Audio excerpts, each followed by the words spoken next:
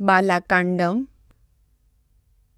आरद रामंकु एक सिद्ध बजक्ति भावे वर्णना करिछंती जे कि साहसिकता भे वर्णना करिछंती जे कि साहसिकता धैर्य बुद्धि एवं सद्जटना भली विभिन्न गुणारे परिपूर्ण थिले।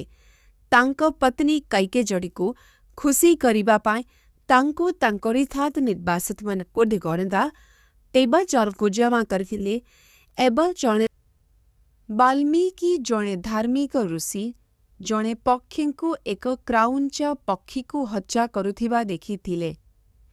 दजारे प्रेरित होई ସେହି କାର୍ଯ୍ୟକୁ निंदा करी एक पद वचा करथिवा देखिथिले।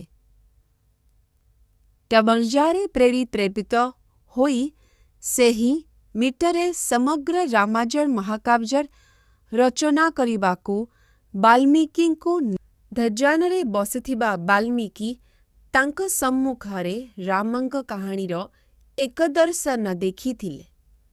तापरे से रामंक जीवनर इतिहास करतरा जय एवं उत्तम कार्य सहित रावणंक विरुद्धरे तांकर संघर्ष एवं शेषरे सीतांका पुनरुद्धार एवं रावणंक पराजय अंतर्भुक्त। वाल्मीकि रामायण रचना करिथिले जेउतेजार बुटार्क पथिला एवं एहाको 6टी कांडारे विभक्त कराइजिला। से एहाकू तांको शिष्यरकू एवं लोबंकू शिखाइतिले जेउमाने संगीत एवं कुबतारे पारंगारे विभक्त कराजिता। कौशल राज्यर राजधानी अयोध्या हेउछि मनुंक द्वारा प्रतिष्ठित एक समृद्ध महानगर। एहा एक सुंदर एवं समृद्ध सहर आवंटित योजना लंबा एवं सुचौड़ा सुचिंतित योजनाबद्ध रास्ता दोकान एवं बगीचा सहित कुशली कारीगर ब्राह्मण एवं योद्धामानंक द्वारा परिपूर्ण सहर उपरंत राजा दशरथ धार्मिक एवं सुखी अधिवासींक द्वारा परिपूर्ण एक सहर अयोध्यारे शासन करुथिले। लोकमाने वेदरे भल भाबरे पारंगम थिले, बलिदान करुथिले एवं विनम्र भाबरे जीवन यापन करुथिले। 4टी सामाजिक वर्ग सौहार्द्यपूर्ण थिले। ब्राह्मण माने नेतृत्व नेउथिले। सहरटी दशरथंक ज्ञानी मृत्यु द्वारा राजा दाकारथंकर 8 जण ज्ञानी परामर्शदाता एवं अंजांजा अनेक परामर्शदाता थिले जेउमाने तांकु जार्जा अनेक पर्यावरेबारे साहाय्य करितिले। सेमाने विद्वान विनम्र एवं नीतिरे कुशली थिले। गुप्तचर मानंकु गुइंदा संग्रह करिबा एवं सेमानंक प्रजामानकु सुरक्षा देबा पाई बुजुर्गवाह करुति सहित राजा दशरथ उत्तराधिकारी बिना पुत्र पाइबा पाई एक अश्व बलिदान करिबाकू निष्पत्ति नियंती। से तांक ब्राह्मण एवं मंत्रींक सह परामर्श करंती जेउमाने तांकु एही समारोह सहित किपरि आगकू बढ़िबे से विषयरे परामर्श दियंती। राजा तांको अधिकारी मानंकु बलिदान पाई प्रस्तुत हेबाकू निर्देश दियंती जहा सराजाड़ू नदीर उत्तर कूलरे। राजांक सारथी राजा दाकारथंकु एक प्राचीन कहानी विषयरे कुहंती जेउठारे अंगात्सर राजा रोमपद एक भयंकर मारुड़ीर सम्मुखीन होती एवं ब्राह्मण मानक ठारू समाधान खोजंती।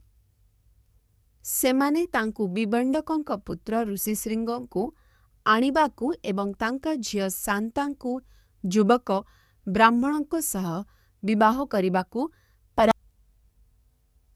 अयोध्यार राजा तांको पुरोहित एवं दरबारी मानंकु निर्देश देइथिले जे जणे शक्तिशाली ब्राह्मण संन्यासी ऋषिशृंगंकु तांक आश्रमरु प्रलोभित करिबा पाई बेश्जा पठाई सहरकू आणंतु।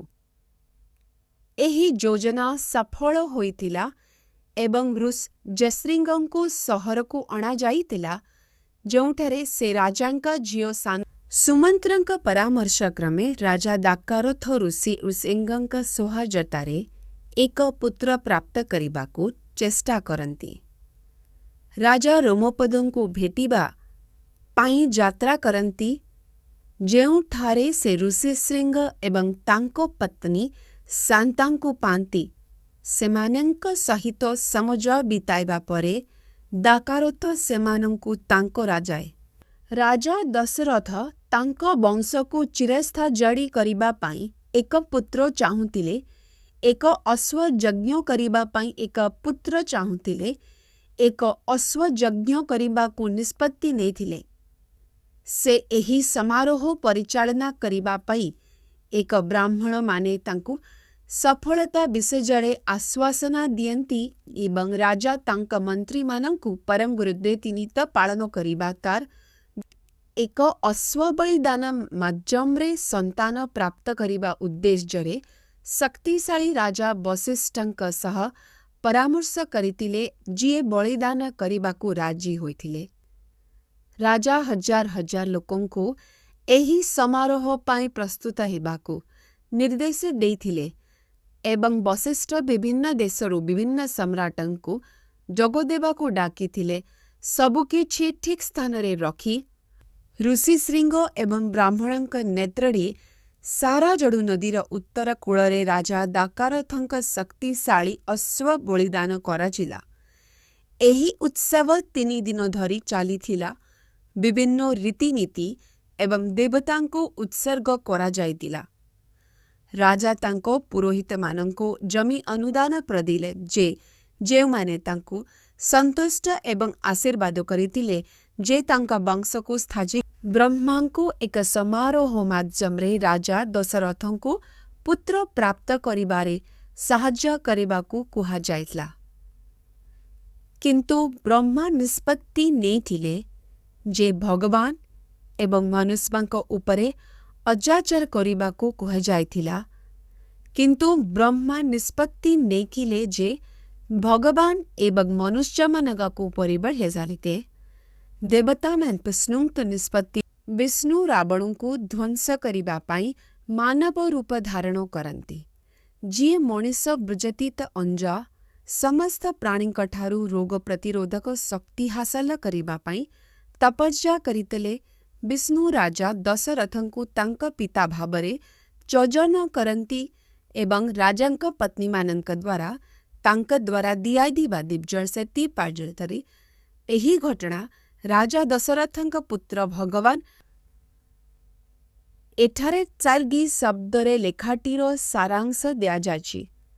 ବ୍ରହ୍ମାଙ୍କ ନେତୃତ୍ୱରେ ଦେବତାମାନେ ଭଗବାନ ବିଷ୍ଣୁଙ୍କୁ ସାହାଯ୍ୟ କରିବା ପାଇଁ ମାଙ୍କଡ଼ ରୂପରେ ଶକ୍ତିଶାଳୀ ପ୍ରାଣୀ ସୃଷ୍ଟି କରିଥିଲେ। ଇନ୍ଦ୍ର, ସୂର୍ଯ୍ୟ, ବୃହସ୍ପତି ଏବଂ ଅନ୍ୟ ଦେବତାମାନଙ୍କ ପୁତ୍ରଙ୍କ ସମେତ ଏହି ପ୍ରାଣୀମାନେ ଅବିଶ୍ୱସନୀୟ ଶକ୍ତି ଏବଂ ସାମର୍ଥ୍ୟ ଶକ୍ତି। ରାଜା ଦାକାରଥ ତାଙ୍କ ଅଶ୍ୱ ବଳିଦାନକୁ ସମ୍ପୂର୍ଣ୍ଣ କରନ୍ତି ଏବଂ ତାଙ୍କ ପୁତ୍ର ରାମ, ଭରତ, ଲକ୍ଷ୍ମଣ ଏବଂ ଶତ୍ରୁଘ୍ନଙ୍କୁ ଦୀକ୍ଷା ଦିଅନ୍ତି, ଯେଉଁମାନେ ଦିବ୍ୟ ଗୁଣ ସହିତ ଜନ୍ମଗ୍ରହଣ କରନ୍ତି। ରାଜା ସେମାନଙ୍କର ଜନ୍ମ ଏବଂ ନାମକରଣ ସମାରୋହ ପାଳନ କରନ୍ତି ଏବଂ ପରେ ସନ୍ନ୍ୟାସୀ ବିଶ୍ୱାମିତ୍ରଙ୍କୁ ଅଯୋଧ୍ୟା ପରିଦର୍ଶନ ପାଇଁ ନିମନ୍ତ୍ରଣ କରନ୍ତି। ଯାହା ବିଶ୍ୱାମିତ୍ର, ଜଣେ ଶକ୍ତିଶାଳୀ ତପସ୍ୱୀ, ରାଜା ଦଶରଥଙ୍କୁ ଅନୁରୋଧ କରିଛି ଯେ 2 ରାକ୍ଷସ ଭାଇ ମାରିଚା ଏବଂ ସୁବାହୁଙ୍କଠାରୁ ତାଙ୍କ ବଳିଦାନକୁ ରକ୍ଷା କରିବା ପାଇଁ ତାଙ୍କ ପୁଅ ରାମଙ୍କୁ ପଠାନ୍ତୁ। ବିଶ୍ୱାମିତ୍ର ପ୍ରତିଶ୍ରୁତି ଦେଇଛନ୍ତି ଯେ ରାମ ରାକ୍ଷସମାନଙ୍କୁ ହ୍ରାସ କରିବେ ଏବଂ ମହାନ ସମ୍ମାନ ଲାଭ କରିବେ ଏବଂ ରାଜାଙ୍କୁ ଅନୁରୋଧ କରନ୍ତି ତାଙ୍କର ଅନୁରୋଧ ପ୍ରଦାନ କର। ଯୁବାବସ୍ଥା ଏବଂ ଅନଭିଜ୍ଞତା କାରଣରୁ ରାଜା ଦଶରଥ ତାଙ୍କ 51 ବର୍ଷ ବୟସ୍କ ପୁତ୍ର ରାମଙ୍କୁ ରାବଣଙ୍କ ନେତୃତ୍ୱରେ ରାକ୍ଷସମାନଙ୍କ ସହ ଲଢ଼ିବାକୁ ଦେବା ପାଇଁ ଦ୍ୱିଧା ପ୍ରକାଶ କରନ୍ତି। ଋଷି ବିଶ୍ୱାମିତ୍ର ତାଙ୍କୁ ରାମଙ୍କୁ ଯିବାକୁ ଦେବା ପାଇଁ ପ୍ରବର୍ତ୍ତାଇବାକୁ ଚେଷ୍ଟା କରନ୍ତି, କିନ୍ତୁ ଦଶରଥ ମନା କରି କହନ୍ତି ଯେ ସେ ନିଜେ ରାବଣଙ୍କ ସାମ୍ନା କରିବେ ନାହିଁ। ସେ ବିଶ୍ୱାମିତ୍ର କିକାକଙ୍କ ପୁଅ ରାଗିଯାଏ ଯେତେବେଳେ ରାମଙ୍କୁ ଯିବାକୁ କୁହାଯାଇଥାଏ। ତାଙ୍କୁ ପ୍ରତିଶ୍ରୁତିରେ ମିଥ୍ୟା ବୋଲି କୁହାଯାଏ। ଜ୍ଞାନୀ ଋଷି ବଶିଷ୍ଠ ରାମଙ୍କ ଗୁଣ ଏବଂ ସାମର୍ଥ୍ୟକୁ ଦର୍ଶାଇ ହସ୍ତକ୍ଷେପ କରନ୍ତି ଏବଂ ରାଜାଙ୍କୁ ତାଙ୍କ ଶବ୍ଦ ପରିତ୍ୟାଗ ନ କରିବାକୁ ଅନୁରୋଧ କରନ୍ତି। ସେ ରାଜାଙ୍କୁ ମନେ ପକାଇ ଦିଅନ୍ତି ଯେ ରାଜା ଦାକାରଥ ରାମଙ୍କୁ ବୈଶିଷ୍ଠଙ୍କୁ ହସ୍ତାନ୍ତର କରନ୍ତି, ଯିଏ ତାଙ୍କୁ ବାଲ ଏବଂ ଅତି ବାଲ ସଂଗ୍ରହରୁ ମନ୍ତ୍ର ଏବଂ ବିଜ୍ଞାନ ଶିକ୍ଷା ଦିଅନ୍ତି। ଏହି ଶିକ୍ଷା ରାମଙ୍କୁ ବିଭିନ୍ନ କ୍ଷେତ୍ରରେ ଅପ୍ରଦାର୍ଯ୍ୟ ଏବଂ ଅତୁଳନୀୟ ଦକ୍ଷତା ପ୍ରଦାନ କରେ। ତାଙ୍କ ନୂତନ ଶକ୍ତି ସହିତ ରାମ ଶରତ ସୂର୍ଯ୍ୟ ପରି ଉଜ୍ଜ୍ୱଳ ଦେଖାଯାଆନ୍ତି। ଭାଇମାନେ ବୈଶିଷ୍ଠଙ୍କ ସହ ଯାତ୍ରା ରାମ ଏବଂ ଲକ୍ଷ୍ମଣ ବିପୁଳ ଧନ ସମ୍ପତ୍ତି ସମ୍ପନ୍ନ ସନ୍ନ୍ୟାସୀ ବିଶ୍ୱାମିତ୍ରଙ୍କୁ ଭେଟିଥିଲେ, ଯିଏ ସେମାନଙ୍କୁ ଶିବଙ୍କର ଏକ ପବିତ୍ର ଆଶ୍ରମକୁ ନେଇ ଯାଇଥିଲେ। ଏହି ଆଶ୍ରମଟି ହଜାର ହଜାର ବର୍ଷ ଧରି ତପସ୍ୟା କରୁଥିବା ସନ୍ନ୍ୟାସୀମାନଙ୍କ ବାସସ୍ଥାନ ଥିଲା। ଆଶ୍ରମ ପରିଦର୍ଶନ କରିବା ପରେ ରାମ ଏବଂ ତାଙ୍କ ଭାଇ ସେଠାରେ ରାତି ବିତାଇଥିଲେ। ସନ୍ନ୍ୟାସୀମାନଙ୍କ ଆତିଥ୍ୟ ଉପଭୋଗ କରିଥିଲେ। ରାମ ବିଶ୍ୱାମିତ୍ର ଏବଂ ଅଞ୍ଜାର ସନ୍ନ୍ୟାସୀମାନଙ୍କ ସହିତ ମାନସ ପୁଷ୍କରିଣୀକୁ ଅତିକ୍ରମ କରନ୍ତି, ଯାହା ସରଜୁ ନଦୀରେ ପ୍ରବାହିତ ହୁଏ। ତାପରେ ସେମାନେ ଭୟଙ୍କର ପଶୁ ଏବଂ ପକ୍ଷୀଙ୍କ ଦ୍ୱାରା ଆକ୍ରାନ୍ତ ଏକ ଭୟଙ୍କର ଜଙ୍ଗଲର ସମ୍ମୁଖୀନ ହୁଅନ୍ତି। ବିଶ୍ୱାମିତ୍ର ବାଖ୍ୟା କରନ୍ତି ଯେ ଏହି ଜଙ୍ଗଲ ଏକଦା ଦୁଇଟି ସମୃଦ୍ଧ ପ୍ରଦେଶ ଥିଲା, କିନ୍ତୁ ବର୍ତ୍ତମାନ ଦୁଷ୍ଟ ଯକ୍ଷିଣୀ ତାରକଙ୍କ ରାଘବ, ଜଣେ ମହିଳା ଯକ୍ଷ, ତାରକଙ୍କ ଶକ୍ତି ଉପରେ ପ୍ରଶ୍ନ ଉଠାଇଛନ୍ତି, ଯାହାଙ୍କୁ ବ୍ରହ୍ମାଙ୍କ ଦ୍ୱାରା ଅପାର ଶକ୍ତି ଦିଆଯାଇଥିଲା, କିନ୍ତୁ ପରେ ଜଣେ ଦୁଷ୍ଟ ବତ୍ଶକ୍ତି ହେବାକୁ ଅଭିଶାପ ଦିଆଯାଇଥିଲା। ବିକ୍ରମମିତ୍ର ବ୍ରାହ୍ମଣ ଏବଂ ଗାଈମାନଙ୍କ କଲ୍ୟାଣ ପାଇଁ ତାଙ୍କୁ ହତ୍ୟା କରିବାକୁ ରାମଙ୍କୁ ନିର୍ଦ୍ଦେଶ ଦେଇଛନ୍ତି। ଅତୀତରେ ଅଞ୍ଜ ଶାସକମାନେ ଦୁଷ୍ଟମନଙ୍କୁ ତାଙ୍କ ନାରୀତ୍ୱ ଦ୍ୱାରା ସୁରକ୍ଷିତ ରାକ୍ଷସ ତାରକଙ୍କୁ ହତ୍ୟା କରିବାକୁ ସଂକଳ୍ପବଦ୍ଧ ରାମ ତାଙ୍କୁ ଏବଂ ତାଙ୍କ ଭାଇ ଲକ୍ଷ୍ମଣଙ୍କୁ ଧ୍ୱଂସ କରିବାର ପ୍ରୟାସକୁ ପ୍ରତିରୋଧ କରନ୍ତି। ତାରକଙ୍କ ଭ୍ରମରେ ବିଚଳିତ ହେବା ପରେ ରାମ ତାଙ୍କୁ ତୀର ଦ୍ୱାରା ହତ୍ୟା କରନ୍ତି। ପ୍ରସନ୍ନ ହୋଇ ଦେବତାମାନେ ରାମଙ୍କୁ ମାର୍ଗଦର୍ଶନ କରିଥିବାରୁ ବିଶ୍ୱାମିତ୍ରଙ୍କୁ ପୁରସ୍କୃତ କରନ୍ତି। ଜଣେ ଶକ୍ତିଶାଳୀ ତପସ୍ୱୀ ବିଶ୍ୱାମିତ୍ର ରାଘବଙ୍କୁ ବିଭିନ୍ନ ସ୍ୱର୍ଗୀୟ ଅସ୍ତ୍ରଶସ୍ତ୍ର ପ୍ରଦାନ କରନ୍ତି, ଯେଉଁଥିରେ ଡିସ୍କସ୍, ଚକ୍ର, ଗଦା ଏବଂ ଡାଟ ଅନ୍ତର୍ଭୁକ୍ତ, ଯାହା ତାଙ୍କୁ ଯୁଦ୍ଧରେ ଅପରାଜୟ କରେ। ବିଶ୍ୱାମିତ୍ର ତାପରେ ମନ୍ତ୍ର ପାଠ କରନ୍ତି ଏବଂ ଅସ୍ତ୍ରଶସ୍ତ୍ର ରାମଙ୍କ ସମ୍ମୁଖରେ ଉପସ୍ଥିତ ହୁଅନ୍ତି। ଅସ୍ତ୍ରୋସ୍ତ୍ର ସେମାନେ ଏଠାରେ ତବିଶେଷ ଶବ୍ଦରେ ଏକ ସଂକ୍ଷିପ୍ତ ସାରାଂଶ ଦିଆଯାଇଛି। କାକୁତସ୍ଥ ରାମ ବିଶ୍ୱାମିତ୍ରଙ୍କଠାରୁ ଶକ୍ତିଶାଳୀ ଅସ୍ତ୍ରଶସ୍ତ୍ର ଗ୍ରହଣ କରନ୍ତି ଏବଂ ସେମାନଙ୍କର ମନ୍ତ୍ର ଶିଖୁଥାନ୍ତି। ଅସ୍ତ୍ରଶସ୍ତ୍ରଗୁଡ଼ିକ ମାନବ ରୂପ ଶକ୍ତିଶାଳୀ ଅସ୍ତ୍ରଶସ୍ତ୍ରଗୁଡ଼ିକ ମାନବ ସାହାଯ୍ୟ। ପେହରା ପରେ ରାମ ଆଶ୍ରମ ସ୍ଥାନ ବିଷୟରେ ପଚାରେ ରାମ। ଏଠାରେ ୟହୋଜାତ ଶବ୍ଦରେ ଲେଖାଟିର ସାରାଂଶ ଦିଆଯାଇଛି।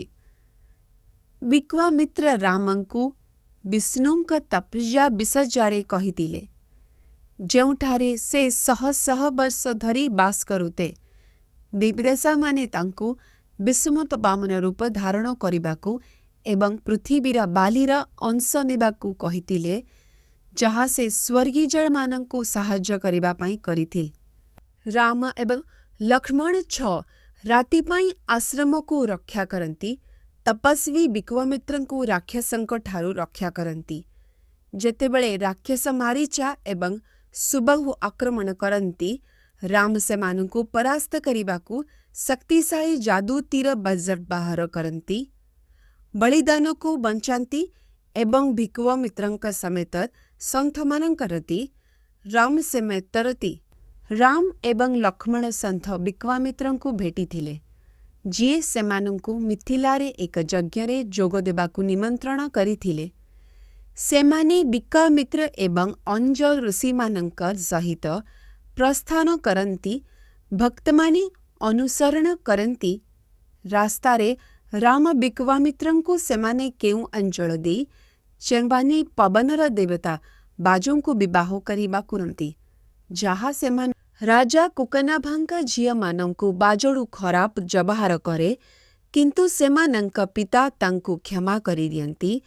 ତାପରେ ରାଜା ତାଙ୍କୁ ବ୍ରହ୍ମଦତ୍ତଙ୍କୁ ବିବାହ କରିବାକୁ ନିଷ୍ପତ୍ତି ନିଅନ୍ତି, ଜଣେ ଧାର୍ମିକ ତପସ୍ୱୀ ଯାହାଙ୍କୁ ତାଙ୍କର ବ୍ରହ୍ମଜାତ ତପସ୍ୟା ମାଧ୍ୟମରେ ଏକ ଧାର୍ମିକ ପୁତ୍ର ପ୍ରଦାନ କରାଯାଏ। ବ୍ରହ୍ମଦତ୍ତ ଶହ ଶହ ଝିଅଙ୍କୁ ବିବାହ କରନ୍ତି ଏବଂ ସେମାନଙ୍କର ବକ୍ରତା ଆରୋଗ୍ୟ କରନ୍ତି। ବିକ୍ରମିତ୍ର ଜଣେ ଶକ୍ତିଶାଳୀ ତପସ୍ୱୀ ରାମଙ୍କୁ ତାଙ୍କ ବଂଶ ବିଷୟରେ କୁହନ୍ତି, ଯିଏ କୁକରୁ ଜନ୍ମ ହୋଇଥିଲେ ଏବଂ ଗଢ଼ିରୁ ଆସିଥିଲେ। ସେ ତାଙ୍କ ଭଉଣୀ କୌଶିକୀଙ୍କ ବିଷୟରେ ଉଲ୍ଲେଖ କରନ୍ତି, ଯିଏ ଏକ ନଦୀରେ ପରିଣତ ହୋଇଥିଲେ ଏବଂ ବର୍ଣ୍ଣନା କରନ୍ତି ଯେ ସେ କାହିଁକି ତାଙ୍କ ବଳିଦାନ ସମ୍ପୂର୍ଣ୍ଣ କରିବାକୁ ସିଦ୍ଧକ୍ରମକୁ ଆସିଥିବା ବିଭିନ୍ନ ନିଶାଚର ପ୍ରାଣୀ। ବିକ୍ରମିତ୍ର ରାମଙ୍କୁ ଗଙ୍ଗାର ଉତ୍ପତ୍ତି ବିଷୟରେ କୁହନ୍ତି। ପର୍ବତର ରାଜା ହିମାବତର ଦୁଇଟି ଝିଅ ଅଛନ୍ତି, ଗଙ୍ଗା ଏବଂ ଉମା। ଦେବତାମାନେ ଗଙ୍ଗାଙ୍କୁ ସେମାନଙ୍କ କାର୍ଯ୍ୟରେ ସାହାଯ୍ୟ କରିବାକୁ ହିମାବତର ଅନୁରୋଧ କରିଥିଲେ, ତେଣୁ ସେ ତାଙ୍କୁ ସେମାନଙ୍କୁ ଦେଇଥିଲେ। ଉମା ତପସ୍ୟାକୁ ନିଜର ସମ୍ପଦ ଭାବରେ ଗ୍ରହଣ କରିଥିଲେ ଏବଂ ହିମାବତର ରୁଦ୍ରଙ୍କୁ ଦିଆ। ବିକ୍ରମିତ୍ର ମହାଦେବ ଏବଂ ଉମାଙ୍କ କାହାଣୀକୁ ରାମ ଏବଂ ଲକ୍ଷ୍ମଣଙ୍କୁ ବର୍ଣ୍ଣନା କରିଛନ୍ତି। ମହାଦେବଙ୍କ ଜୀବନ୍ତ ତରଳ ପଦାର୍ଥ ଏକ ପର୍ବତ, ଏକ ନଡ଼ିଆ ଜଙ୍ଗଲ ଏବଂ କାର୍ତ୍ତିକୀ ଜଳ ଶୁଦ୍ଧି କରିଥିଲା, କିନ୍ତୁ ତାଙ୍କ ପତ୍ନୀ ଦେବତୀକା ବାହିରଥି ଏବଂ ସେମାନଙ୍କ ଦେବତାମାନେ ତାଙ୍କୁ ଉମାଙ୍କ ସହ ତପସ୍ୟା କରିବାକୁ କହିଥିଲେ ଏବଂ ସେମାନଙ୍କ ପାଖ ଇନ୍ଦ୍ର ଏବଂ ଅଗ୍ନିଙ୍କ ନେତରୀ ଦେବତାମାନେ ବ୍ରହ୍ମାଙ୍କ ନିକଟକୁ ଯାଇ ସେମାନଙ୍କର ପୁତ୍ର ସନ୍ତତି ନଥିବା ସମସ୍ୟାର ସମାଧାନ ମାଗିଥିଲେ। ସେମାନଙ୍କୁ କୁହାଯାଏ ତା ସେଙ୍ଗଲେ ଅଗ୍ନିଙ୍କ ଶକ୍ତି ଦ୍ୱାରା ସମସ୍ୟାର ସମାଧାନ ମାଗିଥିଲା, ଯାହା ପୃଥିବୀରେ ଧାତୁ ସୃଷ୍ଟି କରିଥିଲା। ଶିଶୁ କାର୍ତ୍ତିକ, ଯାହାକୁ ସ୍କନ୍ଦ ମଧ୍ୟ କୁହାଯାଏ, କୃତିକାଙ୍କ ଦ୍ୱାରା ଅଯୋଧ୍ୟାର ରାଜା ସାଗର ତପସ୍ୟା କରିଥିଲେ ଏବଂ ଋଷି ଭୃଗୁଙ୍କ ଦ୍ୱାରା ତାଙ୍କୁ ଏକ ବର ପ୍ରଦାନ କରାଯାଇଥିଲା। ତାଙ୍କର ଗୌରବଞ୍ଜ ସନ୍ତାନ ଏବଂ ଜାତି ହେବ। ଜଣେ ପତ୍ନୀ ତାଙ୍କ ବଂଶକୁ ସ୍ଥାଜଡ଼ି କରିବା ପାଇଁ ଗୋଟିଏ ପୁତ୍ର ଜନ୍ମ ଦେଇଥିଲେ ତଥା ଗୌରବଞ୍ଜଙ୍କୁ ସଞ୍ଜପୁତ୍ରଙ୍କୁ ଜନ୍ମ ଦେଇଥିଲେ।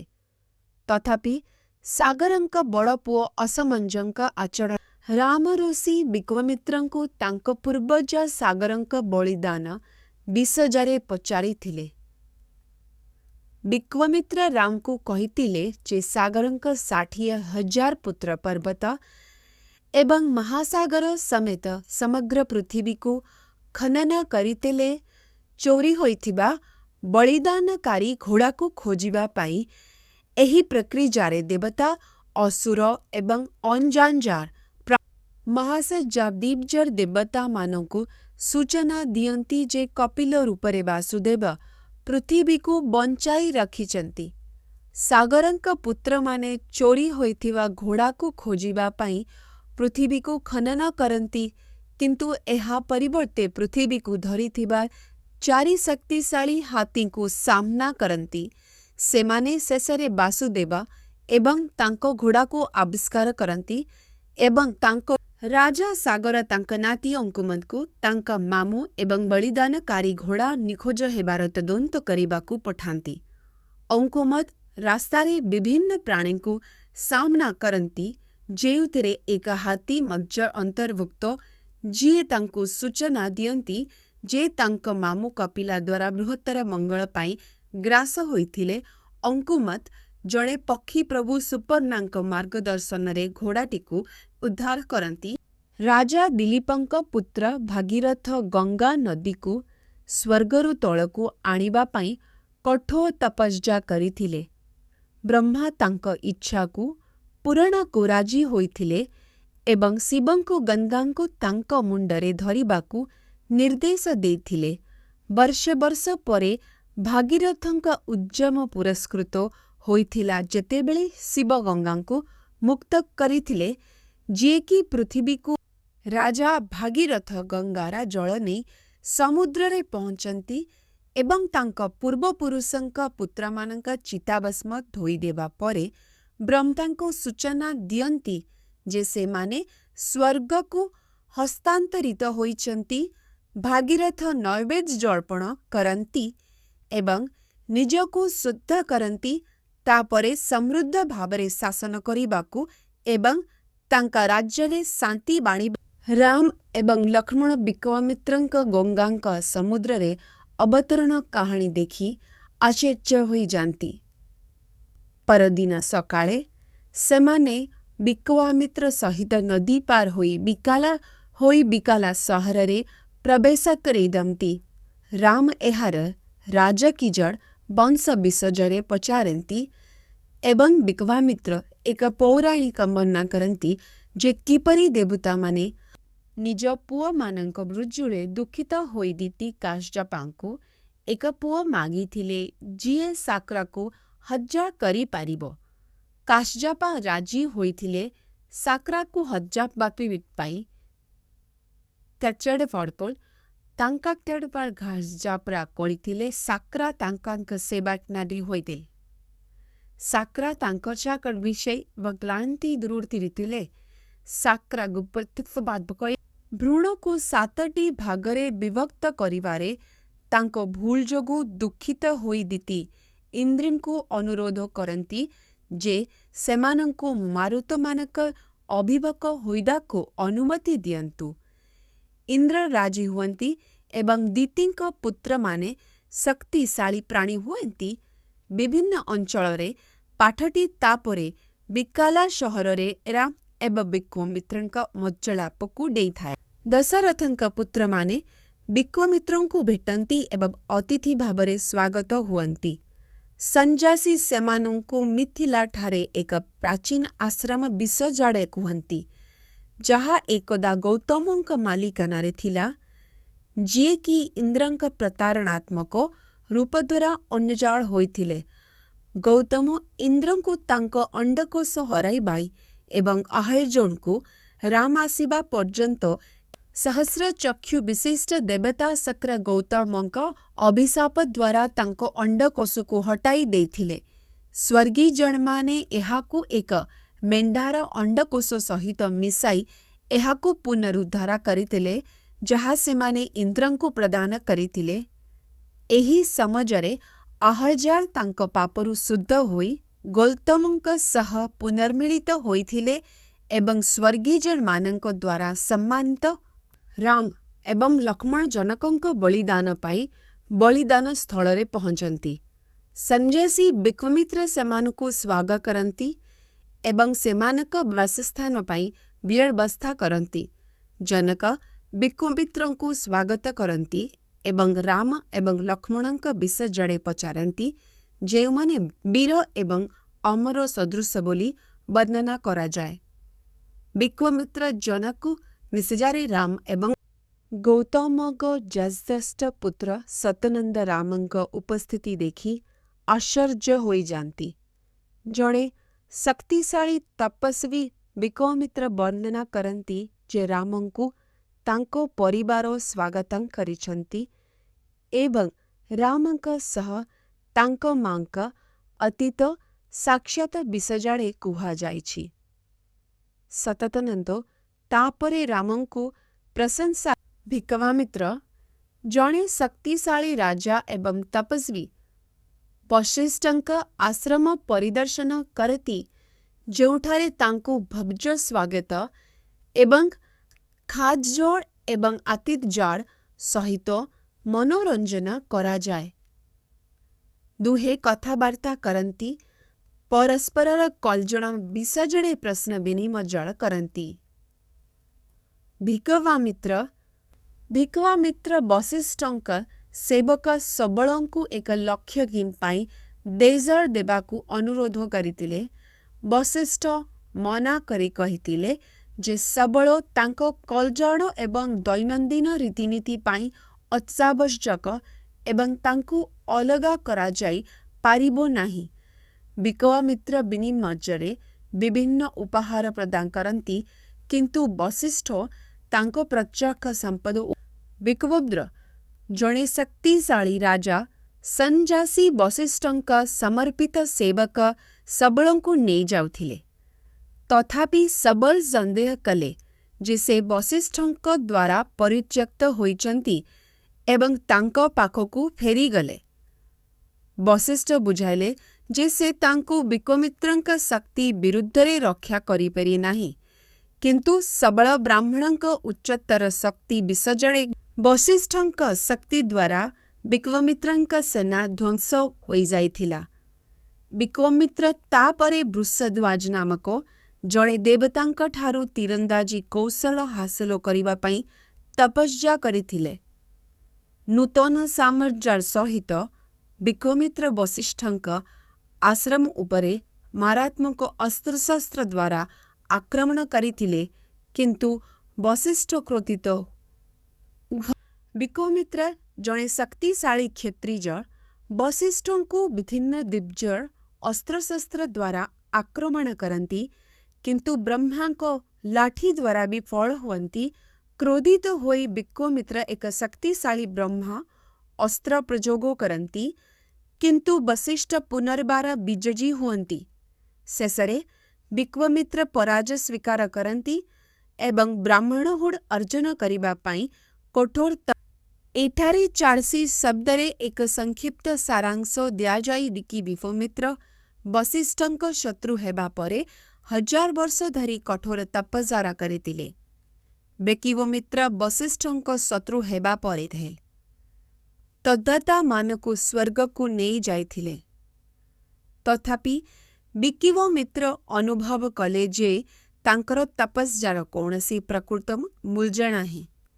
ତେଣୁ ସେ ପୁନର୍ବାର ରାଜା ତ୍ରିଶଙ୍କୁଙ୍କ 100 ପୁଅ ତାଙ୍କୁ ଅଭିଶାପ ଦେଇ କହିଥିଲେ ଯେ ତାଙ୍କ ପିତା ଏବଂ ସେମାନଙ୍କ କାରଣରୁ ସେ ଜଣେ ଚାଣ୍ଡାଳ ବିତାଡ଼ିତ ହୋଇଯିବେ।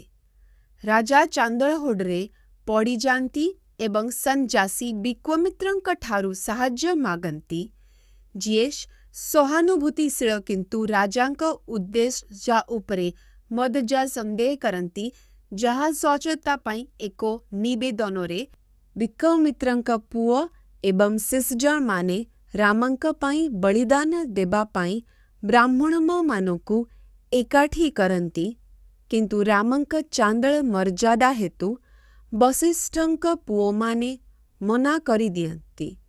ଭିକୱାମିତ୍ର କ୍ରୋଧିତ ହୋଇ ସେମାନଙ୍କୁ ଅଭିଶାପ ଦିଅନ୍ତି ଯେ ସେମାନେ ନିର୍ବାସିତ ଭାବରେ ଯେତେବେଳେ କି ମହୋଜ ନିଷେଧ। ଭିକୱାମିତ୍ର ଜଣେ ଶକ୍ତିଶାଳୀ ତପସ୍ୱୀ ନିଜ ସ୍ୱ-ଅର୍ଜିତ ତପସ୍ୟା ମାଧ୍ୟମରେ ଶାରୀରିକ ଭାବେ ତ୍ରିଶଙ୍କୁ ନାମକ ଜଣେ ରାଜାଙ୍କୁ ସ୍ୱର୍ଗକୁ ନେଇଯିବା ପାଇଁ ଶପଥ ନେଇଥିଲେ।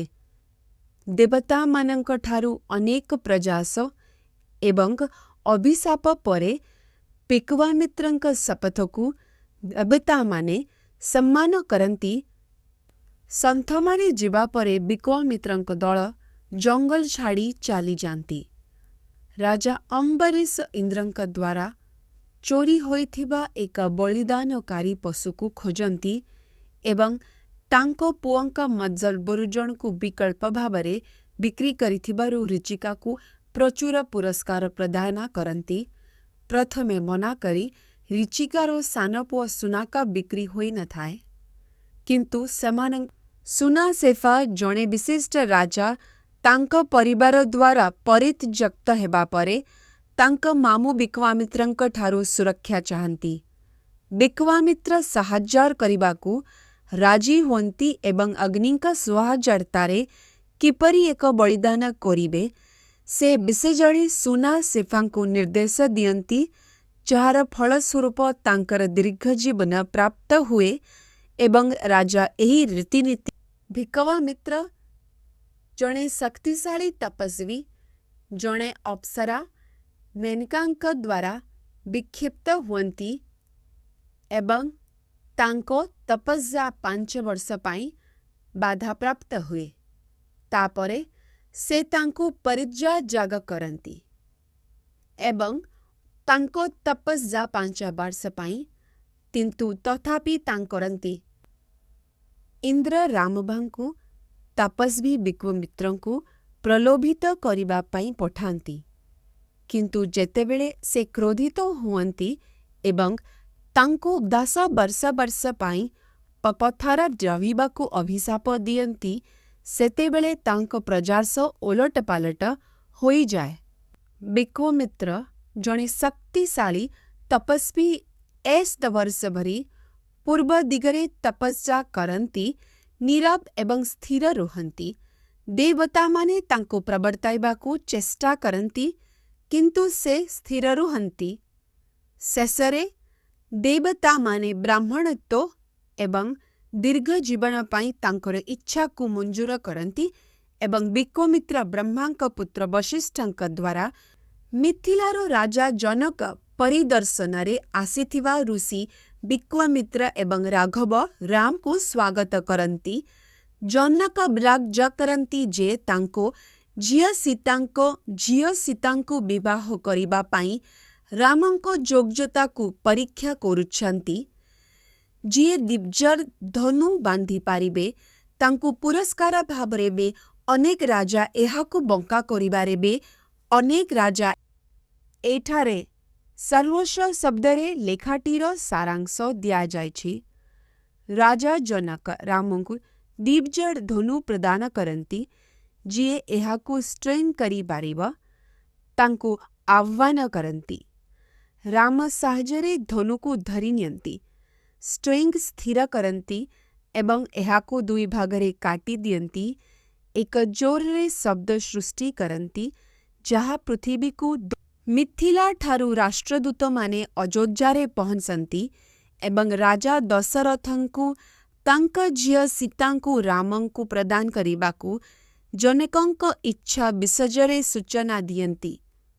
ତାଙ୍କ ପରାକ୍ରମକୁ ଦେଖିବା ପରେ ଜନକଙ୍କ ସହ ଏକ ମେଣ୍ଟ ହେବାକୁ ନେଇ ରାଜା ଖୁସି ହୁଅନ୍ତି ଏବଂ ପରଦିନ ମିଥିଳାଙ୍କୁ ଏକ ପ୍ରତିନିଧି ପଠାଇବାକୁ ନିଷ୍ପତ୍ତି ନିଅନ୍ତି।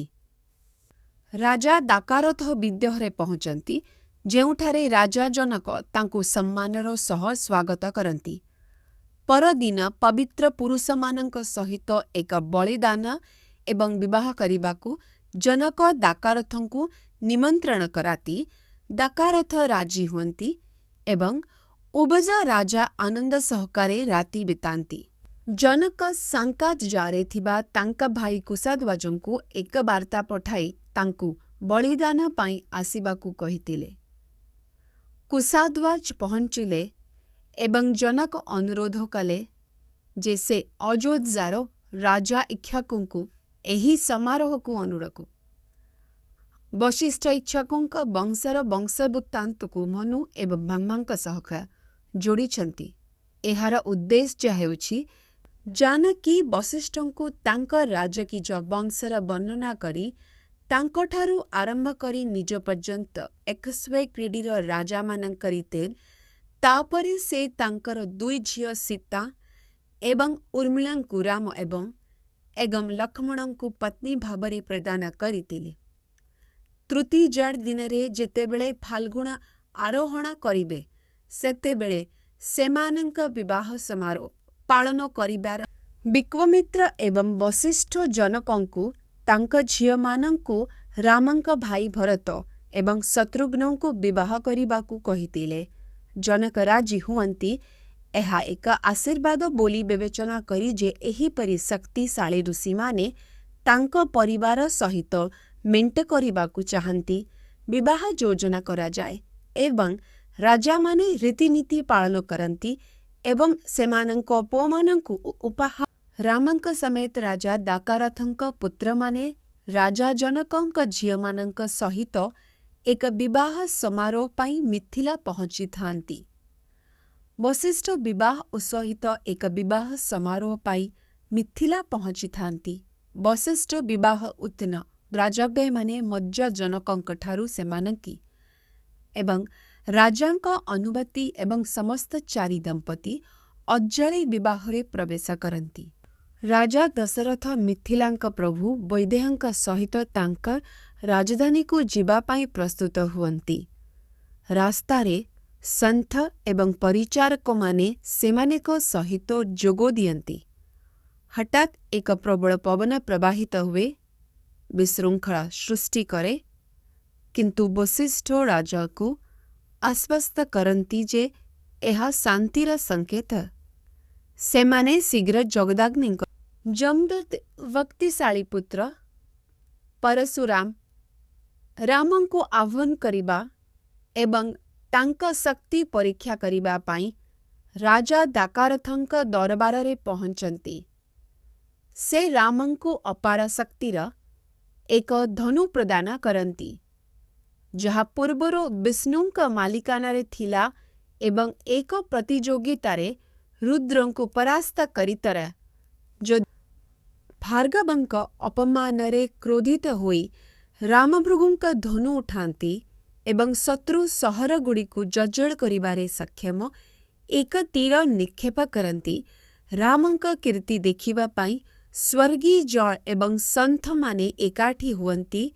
ଯେତେବେଳେ ଭାର୍ଗବ ତାଙ୍କ ଶକ୍ତି ଅପସାରିତ ହେତୁ ଶୂନ୍ୟରେ ପରିଣତ ହୁଅନ୍ତି, ସେ ପରାଜୟ ସ୍ୱୀକାର କରନ୍ତି ଏବଂ ମହେନ୍ଦ୍ର ପର୍ବତ ରାମଙ୍କ ପ୍ରସ୍ଥାନ ପରେ ରାଜା ଦାକାରଥ ତାଙ୍କ ସେନା ସହିତ ଅଯୋଧ୍ୟାକୁ ଫେରନ୍ତି ଏବଂ ନାଗରିକମାନେ ତାଙ୍କୁ ସ୍ୱାଗତ କରନ୍ତି। ସେ ତାଙ୍କ ପୁଅ ଭରତଙ୍କ ସହ ପୁନର୍ମିଳନ ହୋଇଥିବାବେଳେ ଥିବା ପୂଜାଗତନ୍ଧି ଭାବରେ ନିଯୁକ୍ତ ହୋଇଥିଲେ। ରାମ ରାଜା ଭାବରେ ନିଜର କର୍ତ୍ତବ୍ୟ ପୁନର୍ବାର ଆରମ୍ଭ କରନ୍ତି। ଉଭଚର ତାଙ୍କ ରାଜା ଦାକାରଥ ତାଙ୍କ ପୁତ୍ର ରାମଙ୍କ ଅସାଧାରଣ ଗୁଣ ପାଇଁ ଗର୍ବିତ ତାଙ୍କୁ ଉତ୍ତରାଧିକାରୀ ଭାବରେ ପ୍ରତିଷ୍ଠିତ ଦେଖିବାକୁ ଚାହାନ୍ତି। ଏଠାରେ ଚାଲ ଓ ସେ ଶବ୍ଦରେ ଲେଖାଟିର ସାରାଂଶ ଦିଆଯାଇଛି। ରାଜା ଦଶରଥ ଅବସର ଗ୍ରହଣ କରିବା ପାଇଁ ତାଙ୍କର ଇଚ୍ଛା ଘୋଷଣା କରି ରାମଙ୍କୁ ଉତ୍ତରାଧିକାରୀ ଭାବରେ ପ୍ରତିଷ୍ଠିତ କରିଥିଲେ। ରାଜକୁମାର ଏବଂ ଦରବାରୀମାନେ ରାମଙ୍କ ଗୁଣର ପ୍ରଶଂସା କରିଥିଲେ। ତାଙ୍କ ଶକ୍ତି, ଦୟା, ଜ୍ଞାନ ଏବଂ ଉତ୍ତରାଧିକାରୀ ଭାବରେ ପ୍ରତିଷ୍ଠିତଙ୍କୁ ଅନୁରୋଧ କରିଥିଲେ ଯେ ରାଜା ଦଶରଥ ବ୍ରାହ୍ମଣମାନଙ୍କ ଏକ ପ୍ରତିନିଧି ଦଳକୁ ସ୍ୱାଗତ କରନ୍ତି ଯେଉଁମାନେ ତାଙ୍କ ପୁତ୍ର ରାମଙ୍କୁ ଉତ୍ତରାଧିକାରୀ ଭାବରେ ପ୍ରତିଷ୍ଠା କରିବାକୁ ଆସିଥିଲେ। ରାଜା ଏହି ସମାରୋହ ପାଇଁ ପ୍ରସ୍ତୁତି ନିର୍ଦ୍ଦେଶ ଦେଇଛନ୍ତି, ଯେଉଁଥିରେ ଲକ୍ଷ ଲକ୍ଷ ବ୍ରାହ୍ମଣଙ୍କୁ ଖୁଆଇବା ଏବଂ ବିଭିନ୍ନ ଉପହାର ଏବଂ ସଜ୍ଜା ପ୍ରସ୍ତୁତ କରିବା ଅନ୍ତର୍ଭୁକ୍ତ। ତାପରେ ରାମଙ୍କୁ ତାଙ୍କରେ ଭାବ କରନ୍ତି। ଏଠାରକ ସମୟ ଶବ୍ଦର ଏକ ସଂକ୍ଷିପ୍ତ ସାରାଂଶ ଦିଆଯାଇଛି। ତାଙ୍କ ଆସନ୍ନ ମୃତ୍ୟୁ ଏବଂ ଅଶୁଭ ସ୍ୱପ୍ନ ହେତୁ ରାଜା ଦାକାରଥ ରାମଙ୍କୁ ଉତ୍ତରାଧିକାରୀ ଭାବକୁ ନିଷ୍ପତ୍ତି କରିବାକୁ ନିଷ୍ପତ୍ତି ନେଇଥିଲେ। ସେ ରାମଙ୍କୁ ସେହି ରାତିରେ ସୀତାଙ୍କ ସହ ଉପବାସ କରିବାକୁ ଏବଂ ପୁଷ୍ୟ ସଂଯୋଗ ସମୟରେ ପରଦିନ ସ୍ଥାପିତ ହେବାକୁ ନିର୍ଦ୍ଦେଶ ଦେଇଥିଲେ।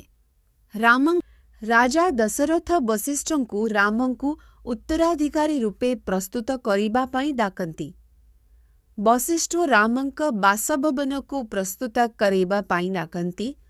ବଶିଷ୍ଠ ରାମଙ୍କ ବାସଭବନକୁ ପ୍ରତିଷ୍ଠା ପାଇଁ ପ୍ରସ୍ତୁତ ହୁଏ ଏବଂ ଜନତା ଉତ୍ସାହର ସହିତ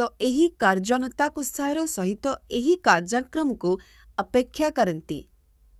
ରାଜା ବଶିଷ୍ଠଙ୍କୁ ଭେଟିବା ପରେ ତାଙ୍କ ପ୍ରାସାଦ ରାମ ଏବଂ ତାଙ୍କ ପତ୍ନୀ ସୀତା ସଞ୍ଜା ରୀତିନୀତି ପାଳନ କରନ୍ତି, ଯେଉଁଠି ନାରାୟଣଙ୍କ ଉପରେ ଅଗ୍ନି ନୈବେଦ୍ୟ ଏବଂ ଭଜନ ଅନ୍ତର୍ଭୁକ୍ତ। ରାମଙ୍କ ଉତ୍ତରାଧିକାରୀ ଭାବରେ ସ୍ଥାପନ ପାଇଁ ସହରକୁ ସଜାଯିବା ସହିତ ନାଗରିକମାନେ ସୀତାଙ୍କ ସହ ତାଙ୍କ ଉପବାସରେ ଖୁସି ହୁଅନ୍ତି। एवं समारोह को अपेक्षा करती। एही घटनार साक्षी हेबाकू आग्रह मंथरा नामक जड़े परिचारिका कैकेयी को रामंक माता भावे तांक भाग्य विषय जारी कहती, जी कि राजा दशरथंक द्वारा उत्तराधिकारी भावे प्रतिष्ठित हेबागे जोचने कहती। मंथरांक शब्द कैकेयी को क्रोध एवं दुखरे प्रज्वलित करिथाए, जहा तांकु अनुभव कराई थाए जे तांको अनिज पुआ भरत राज्य कैकेयीर परिचारिका मंथर रामंकु राजा भावे अभिषेक करी विरक्त हुवंती एवं कैकेयी को आसन्न दुख विषय चेतावनी दियंती। कैकेयी रामंकु रक्षा करी कहती जे से तांक सद्गुण कारणरु राज्य पाइबाकू जोग्य। मंथरा साविजा पाइबाकू रामंक द्वारा करिबे एवं कैकेयी जड़ान मंथरंक द्वारा क्रोधित एवं प्रभावित कैकेयी दाबी करती जे राजा दशरथ रामंकु 11 वर्ष पाई जंगल को निर्वासित करंतु एवं भरतंकु उत्तराधिकारी भावरे स्थापित करंतु। से एही लज्जा हासिल करिबा पाई असुरमानंक विरुद्धरे युद्ध समजरे तांक स्वायत्त गरामत्रम परसाद तांकु रामंक प्रतिनिष्ठ परिणाम। राजा दशरथ राणी कैकेयींकु रामंक प्रतिष्ठा विषय जणाइबा पाई तांक आभ्यंतरीण अपार्टमेंटरे प्रवेश करती, किंतु से नीच प्रोधरे भूमिरे पड़िथिबार देखंती। से धीरे धीरे तांक उपरे हाथ रखी पचारती कौन भूल, किंतु से निजो पाई एक बर पाइबा पाई एक स्वार्थपर उद्देश्य प्रकाश कर उद्दे कैकेयी राजा दशरथंकु 2टी बर प्रदान करिबा पाई कौशल प्रयोग करती, जहा से तंको तांको पुओ भरतंकु उत्तराधिकारी भावरे स्थापन करिबा गुरी एवं तांकोडा पुओ रामंकु 5 वर्ष पाई जंगल को निर्वासित करिबाकू कहितिले। राजा तांक प्रभावरे एही बर प्रदान करिबाकू राजी होइथिले। राजा दशरथ तांको प्रिय पुत्र रामंकु 4 वर्ष पाई जंगल को निर्वासित करिबाकू कैकेयींक दाबी द्वारा भांगी पड़िछंती। से तांक उद्देश्य उपरे प्रश्न उठेइछंती एवं तांकु चेतावनी देइछंती जे एपरि कार्य सेमानक परिवार पाई लज्जा एवं विनाश आनिबो, किंतु से स्थिर रुहंती। राजा दशरथ रामंकु बहिष्कार करी विचलित होई कैकेयी को तांक दाबी अनुसरण न करिबाकू अनुरोध कले। से स्वर्गर अधिवेशी मानक द्वारा लज्जित हेबा एवं तांका पुओ को हराइबा भजळ करंती। तांको निवेदन सत्वे कैकेयी स्थिर रुहंती एवं राति अवतरण करिबा सहित राजा दुखरे मूर्छित होई जानती। राजा दशरथ रामंकु बहिष्कार करिबाकू मना करिबारु हताश होई कैकेयी तांकु तांको प्रतिश्रुति पुराण को बदलरे भरतंकु राजा भावे स्थापन करिबाको तांगुराबद ओ धरबठी पुराण करिबाकू एवं रामक बदलरे भरतंकु राजा पई स्थापुद्राद रामंकवती स्वहि स्थापज्योति रामको स्थापना क्षत्रियवी अर्मको परिदे थोड़े चाहे पोएट ब्राह्मण परामर्शदाता सेनापति बजरजाजी एवं राजा पुरोहित रामंक प्रतिष्ठा पाई राजप्रासाद फाटकरे अपेक्षा करितिले।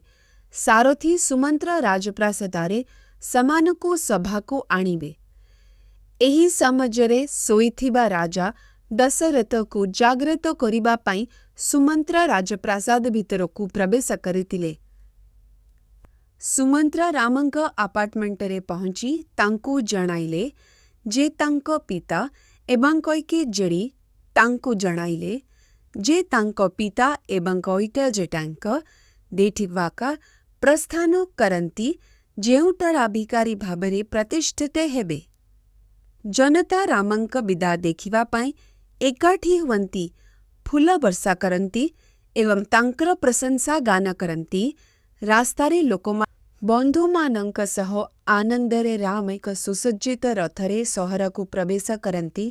ରାସ୍ତା ସୁଗନ୍ଧ, ଫୁଲ ଏବଂ ଖାଦ୍ୟରେ ପରିପୂର୍ଣ୍ଣ ଏବଂ ସମସ୍ତ ଜାତିର ଲୋକମାନେ ରାବବରେ ସ୍ଥାପିତ। ସେ ତାଙ୍କ ପିତାଙ୍କ ପ୍ରାସାଦକୁ ଯାଆନ୍ତି, ଯେଉଁଠାରେ ତାଙ୍କ ଅନୁଗାମୀମାନେ ତାଙ୍କୁ ସ୍ୱାଗତ କରନ୍ତି। ରାମ ତାଙ୍କ ପିତା ରାଜା ଦଶରଥଙ୍କୁ ଭେଟିଥିଲେ, ଯିଏ ଅସୁସ୍ଥ ଏବଂ ଦୁଃଖିତ ଥିଲେ। କୈକେୟୀ ପ୍ରକାଶ କରନ୍ତି ଯେ ସେ ଦୁଇଟି ବର ମାଗିଛନ୍ତି, ରାମଙ୍କୁ ଇକ୍ଷ୍ୱାକୁବଂଶୀ ବାସିତ କରିବା ଏବଂ ଭରତଙ୍କୁ ରାଜା ଭାବରେ ପ୍ରତିଷ୍ଠା କରିବା। ରାଜା ଏହି ବର ପ୍ରଦାନ କରିବାକୁ ପ୍ରତିଶ୍ରୁତିଦ୍ୱାରା ବାଧ୍ୟ, ଯାହା ସେ କୈକେୟୀଙ୍କ କ୍ରୋଧର ଭାଜ ହେତୁ ତାଙ୍କ ପିତାଙ୍କ ପ୍ରତିଜ୍ଞା ହିଁ। ଶତ୍ରୁମାନଙ୍କର ବିନାଶକାରୀ ରାମଙ୍କୁ ତାଙ୍କ ସାବତ ମା କୈକେୟୀ ଜଙ୍ଗଲକୁ ନିର୍ବାସିତ କରନ୍ତି, ଯିଏକି ରାଜା ଦଶରଥଙ୍କୁ ତାଙ୍କ ନିର୍ବାସନ ଆଦେଶ ଦେବା ପାଇଁ କୌଶଳ ପ୍ରୟୋଗ କରିଛନ୍ତି। ତାଙ୍କ ଦୁଃଖ ସତ୍ତ୍ୱରେ ରାମ ତାଙ୍କ ପ୍ରତିଶ୍ରୁତି ପୂରଣ କରିବାକୁ ଏବଂ ନମ୍ରତାର ସହ ଚାଲିଯିବାକୁ ସ୍ଥିର କରନ୍ତି। ଏପରିକି ତାଙ୍କ ପିତାଙ୍କ ଇଚ୍ଛାକୁ ସନ୍ତୁଷ୍ଟ କରିବା ପାଇଁ ତାଙ୍କ ରାଜା ରାମଙ୍କ ମା କାକା ଜାଣିବାକୁ ପାଇଲେ ଯେ ତାଙ୍କ ପୁଅ 4 ବର୍ଷ ପାଇଁ ଜଙ୍ଗଲକୁ ନିର୍ବାସିତ ହେବ ଏବଂ ଦୁଃଖ କରିବାକୁ ଆରମ୍ଭ କରେ। ସେ ନିଜର ଦୁଃଖ ପ୍ରକାଶ କରନ୍ତି, ଅନୁଭବ କରନ୍ତି ଯେ ରାମଙ୍କ ବିନା ତାଙ୍କ ଜୀବନ ଏବଂ ସେ ଚାଲିଯିବା ପରେ କ'ଣ ଘଟିବ। ରାମଙ୍କ ଆସନ୍ନ ନିର୍ବାସନରେ ଦୁଃଖିତ ଲକ୍ଷ୍ମଣ କୌଶଳେୟଙ୍କୁ ରାମଙ୍କ ପରିବର୍ତ୍ତେ ନିଜ ପାଇଁ ଏବଂ ଲକ୍ଷ୍ମଣଙ୍କ ପାଇଁ ରାଜ୍ୟ ସୁରକ୍ଷିତ କରିବାକୁ ଅନୁରୋଧ କରନ୍ତି। ଯଦି କେହି ସେମାନଙ୍କ ପିତାଙ୍କ ତେବେ ଅଯୋଧ୍ୟାକୁ ଜନଶୂନ୍ୟ କରିବାକୁ ଧମକ ଦିଅନ୍ତି। ତଥାପି ରାମ ତାଙ୍କ ପିତାଙ୍କ ନିର୍ଦ୍ଦେଶ ପାଳନ କରିବାକୁ ଜିଦକୁ ସେମାନେ ଅଞ୍ଜଳ ଲାଗୁଥିଲେ। ତାଙ୍କ ମାଙ୍କ ଅନୁଦେଶ ଭାର୍ଯ୍ୟାଦ୍ୱାରା ପରିଚାଳିତ କୈକେୟୀଙ୍କ ସଂକଳ୍ପକୁ ଦର୍ଶାଇ ରାମ ଲକ୍ଷ୍ମଣଙ୍କୁ ରାଜା ଭାବରେ ତାଙ୍କ ପ୍ରତିଷ୍ଠା ପାଇଁ ପ୍ରସ୍ତୁତି ବନ୍ଦ କରିବାକୁ ଏବଂ ଏହା ପରିବର୍ତ୍ତେ ତାଙ୍କୁ ଜଙ୍ଗଲରେ ନିର୍ବାସନ ପାଇଁ ପ୍ରସ୍ତୁତ କରିବାକୁ ପ୍ରବର୍ତ୍ତାନ୍ତି। ରାମ ଗୁରୁତ୍ୱାରୋପ କରିଛନ୍ତି ଯେ ଭାର୍ଯ୍ୟ ମାନବ ନିୟନ୍ତ୍ରଣ ବାହାରେ ଏବଂ ସେ ଏହା କରିବାକୁ ରାଜ୍ୟ ପରିତ୍ୟାଗ କରିବାକୁ ଏବଂ ଲକ୍ଷ୍ମଣ ଛାଡ଼ି ନିର୍ବାସନକୁ ଯିବା ପାଇଁ ରାମଙ୍କ ନିଷ୍ପତ୍ତିକୁ ସ୍ୱୀକାର କରିବାକୁ ଅନିଚ୍ଛୁକ। ସେ ଯୁକ୍ତି କରନ୍ତି ଯେ ରାମଙ୍କ ସଦ୍ଗୁଣ ତାଙ୍କ ପିତାଙ୍କ ପ୍ରଭାବ ବିଶେଷ କରି କୈକେୟୀଙ୍କ ପ୍ରଭାବ ଦ୍ୱାରା ପଥଭ୍ରଷ୍ଟ ହୋଇଛି। ଲକ୍ଷ୍ମଣ ରାଜ୍ୟକୁ ରକ୍ଷା କରିବାକୁ ଏବଂ ଆବଶ୍ୟକ ହେଲେ ଭାଗ୍ୟକୁ ବିଫଳ କରିବାକୁ ଶପଥକୁ ସମ୍ମାନ କରନ୍ତି, କିନ୍ତୁ ରାମଙ୍କ ନିକଟସ୍ଥଳୀ ନିର୍ବାସନରୁ ନିବୃତ୍ତ କରିବାକୁ ଚେଷ୍ଟା କରନ୍ତି। କିନ୍ତୁ ସେ ତାଙ୍କ ପିତାଙ୍କ ନିର୍ଦ୍ଦେଶ ପାଳନ କରିବାକୁ ଜିଦ୍ ଧରିଥାନ୍ତି। ସେ ଅଲଗା ହେବାର ଚିନ୍ତାଧାରା ଦ୍ୱାରା ଦୁଃଖିତ ଯେ ଜମା କରନ୍ତି ଯେ ସେ ତାଙ୍କୁ ଆଶ୍ୱସ୍ତ କରନ୍ତି ଯେ ସେ ଦୂରରେ ଥିବା ବେଳେ ତାଙ୍କ ଭାଇ ଭରତ ତାଙ୍କ ପରେ ତାଙ୍କୁ ଜଙ୍ଗଲ ଭିତରକୁ ପ୍ରବେଶ କରିବା ପୂର୍ବରୁ ନିଜ ପୁଅକୁ ରକ୍ଷା କରିବା ପାଇଁ ରାମଙ୍କ ମା କୌଶଳେୟା ଶୁଭ କାର୍ଯ୍ୟ ସମ୍ପାଦନ କରନ୍ତି। ସେ ବେଦ ଏବଂ ବ୍ରାହ୍ମଣ କରନ୍ତି ତାଙ୍କୁ କ୍ଷତିକୁ ରକ୍ଷା କରିବା ପାଇଁ। ଆଖିରେ ଲୁହ ସହିତ ସେ ରାମଙ୍କୁ ଦେଖନ୍ତି, ତାଙ୍କର କଲ୍ୟାଣ ଦେବତା ଏବଂ ତାଙ୍କ ନିଜ ସଦ୍ଗୁଣକୁ ଅର୍ପଣ କରନ୍ତି। ତାଙ୍କ ପିତା କୈକେୟୀଙ୍କୁ ଦେଇଥିବା ପ୍ରତିଶ୍ରୁତି ଦ୍ୱାରା ରାମ ଜଙ୍ଗଲକୁ ବିତାଡ଼ିତ ହୋଇଛନ୍ତି ଏବଂ ଏବେ ସୀତାଙ୍କ ସହିତ ଯିବାକୁ ପ୍ରସ୍ତୁତ ହେଉଛନ୍ତି। ସୀତା ରାମଙ୍କ ବିଦାୟକୁ ନେଇ ଦୁଃଖିତ ଏବଂ ଚିନ୍ତି। ସେ ତାଙ୍କୁ ଅଯୋଧ୍ୟାରେ ରହିବାକୁ ଏବଂ ଏକ ସଦ୍ଗୁଣପୂର୍ଣ୍ଣ ଜୀବନ ବଞ୍ଚିବାର ବନସ ଦିଅନ୍ତି। ନିଜ ଆବଶ୍ୟକତା ଉପରେ ବର୍ତ୍ତମାନ ଆବଶ୍ୟକତାକୁ ତ୍ରାତଂପରିତ ପରିବାର ବୈଦେହୀ ସୀତା ଜଙ୍ଗଲର କଷ୍ଟ ଏବଂ ବିପଦ ସତ୍ତ୍ୱେ ରାଘବଙ୍କ ସହ ନିର୍ବାସନରେ ଯିବାକୁ ଇଚ୍ଛା ପ୍ରକାଶ କରନ୍ତି। से जुक्ति करती जे जणे पत्नी कर्तव्य हेउछि तांक स्वामी को अनुसरण करिबा, एपरिकी बहु दूरता पर्यंत एवं से जंगल रे रहिबा पाई खुशी हेबे। कठोर अभ्यास करिबे एवं तांको आवश्यकता प्रति ध्यान देबे। राम सीता को तांको सहित जंगल को जीवारु निवृत्त करिबाकु चेष्टा करी वन्य जंतुंका विपद, प्रतिकूल जलवायु एवं खाद्य एवं पहाड़ बाइबारे असुविधा समेत वन्यजन्तुंक विपद, प्रतिकूल जलवायु एवं खाद्य डंगा एककिथिया करितिबा अनेक कथाकु दर्शाई से तांकु निज कलजळा पाई पछरे रहिबाकु परामर्श देइचंती। सीता रामंक पत्नी जंगलरे तांको सहित जोग देबाकु उत्कंठिता। से विश्वास करती जे तांक स्वामींक सहित रहिबा द्वारा तांकु सुरक्षा एवं सुख मिलिबा। जंगलरे रहिबार कष्ट जानिबा। से तो निजको विश्वास करती जे से रामंक सहित तांक पार्श्वरे सही पारिबे। से रामंकु तांक सहित नेबाकु अनुरोध करନ୍ତି। सीता निर्वासन रे रामक अनुसरण करिबाकु संकल्पबद्ध, तांक विच्छेदरे दुख प्रकाश करती एवं तांकु तांक बिना न जीवाकु अनुरोध करती। से कष्ट सहिबाकु प्रत्याशदरे तांक पाई शक्तिर उत्स हेबाकु तांकु बिना न जीवाकु अनुरोधित होई राम तांकु आश्वासन दियंती जे से तांकु परित्याग करिबाई नाही एवं तांकु जबाकु। लक्ष्मण रामंक सहित जंगल को निर्वासन रे जीवाकु चाहती, किंतु सेमानंक मांको कलजाण पाई चिंता दर्शाई राम तांकु बारण करिबाकु चेष्टा करती। लक्ष्मण जुक्ति करती जे भरत सेमानंकर जतन नेबे एवं सेमाने जंगल रे थिबा बेले रामंक आवश्यकता पूरण करिबाकु प्रस्ताव दियंती। शेषरे रामंकु राजी करती जे तांकु जोग देबा। लक्ष्मण रामंक प्रासाद को आमंत्रित होइथिबा सुजगी नामक जणे ब्राह्मण को भेटिथिले। राम तांको उपरे उपहार वर्षा करिथिले एवं लक्ष्मण को विभिन्न ब्राह्मण एवं निर्भरशीलंक मज्जारे धन बांटिबाकु कहिथिले। लक्ष्मणे वोड़ीफलंकार समेत धन बांटंत्री जडा नामक जणे गरीब ब्राह्मण मध्य एक रामंकु ब्राह्मण वत्स कंधिबा परे घाईरा मनकु बंजमाना। राम सीता एवं लक्ष्मणक सहित अयोध्यारे तांक पिता दशरथंकु भेटिबाकु बाहारिछंती। रामंक प्रस्थानरे सहरर लोक माने दुखिता, किंतु से शांत रुहंती। राजप्रासादरे राम सुमंत्रंकु भेटिछंती, जी मज्जर विचलित एवं तांका आगमन विषयरे सेमानंक पितांकु जणाइबाकु निर्देश देइछंती। राम तांको भाई लक्ष्मण एवं सीतांक सहित सेमानंक पिता राजा दशरथंकु सूचना दियंती जे सेमाने कैकेयीक इच्छा अनुजाजी जंगल को जीवे। राजा दुख और दुखरे अभिभूत हुअंती, किंतु राम तांको आश्वासना दियंती जे से जंगल रे चाहा परे से फेरिबम करिबे, जहा परे से फेरिबे। राजा दशरथंकु परित्याग करी तांको पुत्र भरतंकु रामंक बदलरे राजा करिबाकु उद्यम करिथिबारु सुमंत्र कैकेयींकु भर्त्सना करंती। से तांकु चेतावनी देइचंती जे एहा अत्यंत लज्जाजनक हेबो एवं से तांक स्वामींक इच्छाकु विचार करिबा उचित। जहा सर्वोपरि सुमंत्रंक कठोर शब्द सत्ते कैके जड़ी अचल रुहंती तांको जोनाकु। राजा दशरथ तांक सारथी सुमंत्रंकु रामंक पाई एक सेना प्रस्तुत करिबाकु निर्देश देइछंती। जेतेबेले से रामंको निर्वासनरे अनुसरण करिबाकु निष्पत्ति नेइछंती। कैकेयी एही निष्पत्ति को विरोध करिछंती। राजा सागर तांक पुओ असमंजंकु समान आचरण पाई बहिष्कार करिबार एक अतीतर उद्दीमान परामर्श प्रकाजे राजा से राम को निर्वासन। राम तांक राजकीय पोशाक परित्याग करती एवं कैकेयीको अनुरोधरे एक तपस्वी पोशाक पिंधती। ତାଙ୍କ ପତ୍ନୀ ସୀତାଙ୍କୁ ମଜାର ସମାନ ପୋଷାକ ପିନ୍ଧିବାକୁ କୁହାଯାଇଥାଏ, ଯାହା ତାଙ୍କୁ ଦୁଃଖ ଏବଂ ଲଜ୍ଜା ଦେଇଥାଏ।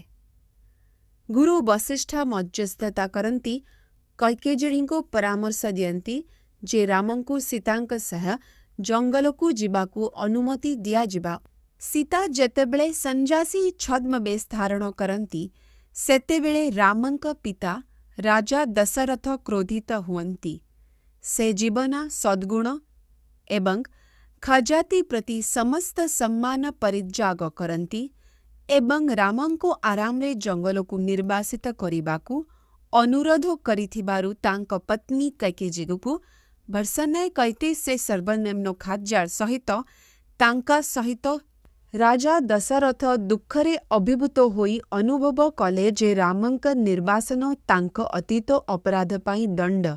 ସେ ସୁମନ୍ତ୍ରଙ୍କୁ ରାମଙ୍କୁ ନିର୍ବାସନକୁ ନେବାକୁ ନିର୍ଦ୍ଦେଶ ଦିଅନ୍ତି ଏବଂ ସୀତାଙ୍କୁ ତାଙ୍କ ଯାତ୍ରା ପାଇଁ ଅଳଙ୍କାର ପ୍ରଦାନ କରନ୍ତି।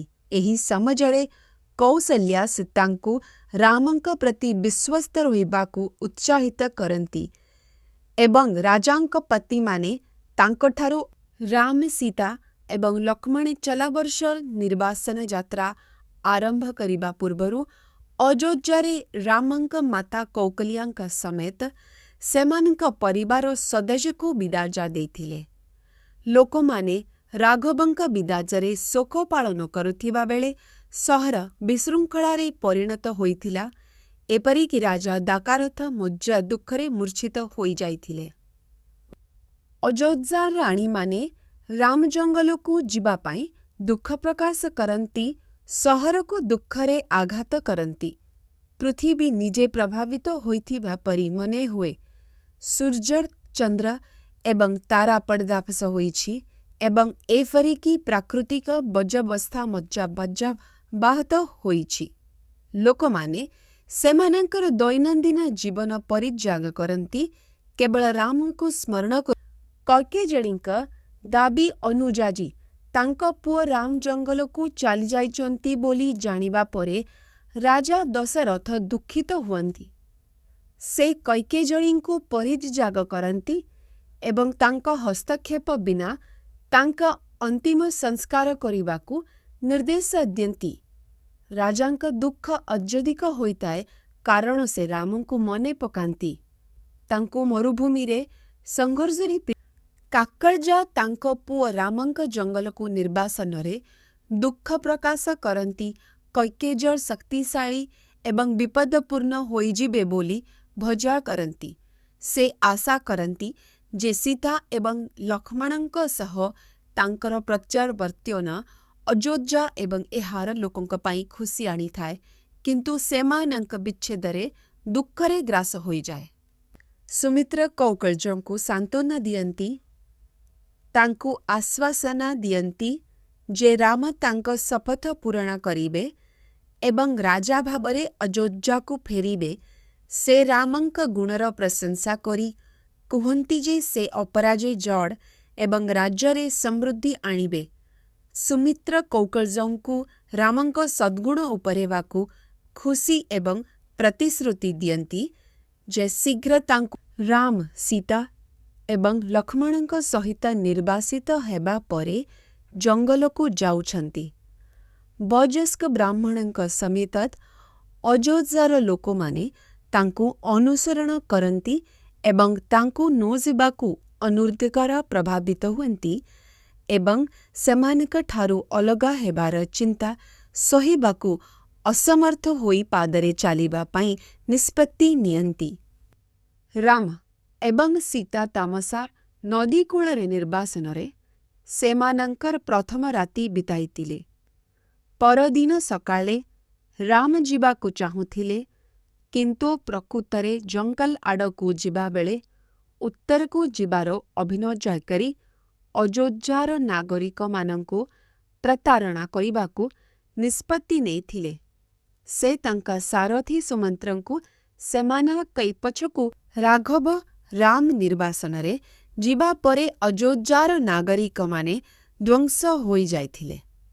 ସେମାନେ ତାଙ୍କୁ ଖୋଜୁଥିଲେ, କିନ୍ତୁ କୌଣସି ଲାଭ ହୋଇନଥିଲା। ଏଠାରେ 400 ଶବ୍ଦରେ ଲେଖାଟିର ସାରାଂଶ ଦିଆଯାଇ ଅଯୋଧ୍ୟାର ମହିଳାମାନେ ରାମଙ୍କ ନିର୍ବାସନ ଦ୍ୱାରା ଧ୍ୱଂସ ପାଇଯାଇଛନ୍ତି। ସେମାନେ ଦୁଃଖିତ ଏବଂ କାନ୍ଦୁଛନ୍ତି। ରାମଙ୍କ ବିନା ସେମାନଙ୍କ ଧନ ଆରାମର ଉପଯୋଗିତା ଉପରେ ପ୍ରଶ୍ନ କରୁଛନ୍ତି। ସେମାନଙ୍କୁ ଜଙ୍ଗଲକୁ ରାମ ଏକ ସମୃଦ୍ଧ ଅଞ୍ଚଳ ଦେଇ ଯାତ୍ରା କରନ୍ତି। ଗ୍ରାମବାସୀମାନେ ତାଙ୍କୁ ନିର୍ବାସିତ କରିବା ପାଇଁ ତାଙ୍କ ପିତାଙ୍କ ନିଷ୍ପତ୍ତିକୁ ସମାଲୋଚନା କରୁଥିବା ଶୁଣନ୍ତି। ସେ ଅନେକ ନଦୀ ଏବଂ ନୂତନ ବନଭୂମିରେ ପ୍ରବେଶ କରନ୍ତି। ତାଙ୍କ ପିତାମାତାଙ୍କ ସହ ଶିକାର ବିଷୟରେ ସ୍ମରଣ କରନ୍ତି। ରାମ ସାରା ଯେଉଁ ଜଙ୍ଗଲରେ ଭବିଷ୍ୟତର ଶିକାର ପାଇଁ ଉତ୍କଣ୍ଠା ପ୍ରକାଶ କରନ୍ତି। ଏହାର ରାମ କୋକଲାରେ ତାଙ୍କ ଭାଇ ଲକ୍ଷ୍ମଣଙ୍କୁ ଭେଟିବା ପରେ ଅଯୋଧ୍ୟାକୁ ଯାତ୍ରା କରନ୍ତି। ସେମାନେ ଶ୍ରୀଙ୍ଗଭେରପୁର ନିକଟରେ ଗଙ୍ଗା ନଦୀରେ ପହଞ୍ଚିବା ପୂର୍ବରୁ ସମୃଦ୍ଧ ଏବଂ ସୁନ୍ଦର ଭାବରେ ଯାଆନ୍ତି। ରାମ ଦିନ ପାଇଁ ବିଶ୍ରାମ କରିବାକୁ ନିଷ୍ପତ୍ତି ନିଅନ୍ତି। ଲକ୍ଷ୍ମଣ ଶୋଇବାକୁ ଅନିଚ୍ଛୁକ ଥିବାବେଳେ ତାଙ୍କ ଭାଇ ରାମ ସୀତାଙ୍କ ସହ ଭୂମିରେ ଶୋଇଛନ୍ତି। କାରଣ ସେ ସେମାନଙ୍କ ସୁରକ୍ଷା ପାଇଁ ଭଜା କରନ୍ତି। ସେ ଦୁଃଖ ପ୍ରକାଶ କରନ୍ତି ଯେ ସେମାନଙ୍କ ପିତାଙ୍କ ନିର୍ବାସନ ଶୀଘ୍ର ତାଙ୍କ ମୃତ୍ୟୁ ଏବଂ ରାଜ୍ୟର ବିନାଶର କାରଣ ହେବ। ଗୁହା ଲକ୍ଷ୍ମଣଙ୍କୁ ସାନ୍ତ୍ୱନା ଦେବାକୁ ଚେଷ୍ଟା କରନ୍ତି, କିନ୍ତୁ ଦିନ ଭାଙ୍ଗିବା ସହିତ ଲୁହ ରାମ ଅବସାଦୀଙ୍କ ସହିତ ଜଙ୍ଗଲକୁ 17 ବର୍ଷର ନିର୍ବାସନ ମର୍ମନ୍ତି। ରାମଙ୍କ ସାରଥୀ ସୁମନ୍ତ୍ରାଙ୍କୁ ଅଯୋଧ୍ୟା ପାଇଁ ନିର୍ଦ୍ଦେଶ ଦିଆଯାଏ ଏବଂ ରାଜାଙ୍କୁ ସମ୍ମାନ କଲେ। ସୁମନ୍ତ୍ରାଙ୍କୁ ଅଯୋଧ୍ୟାକୁ ଫେରିକାନ୍ତି।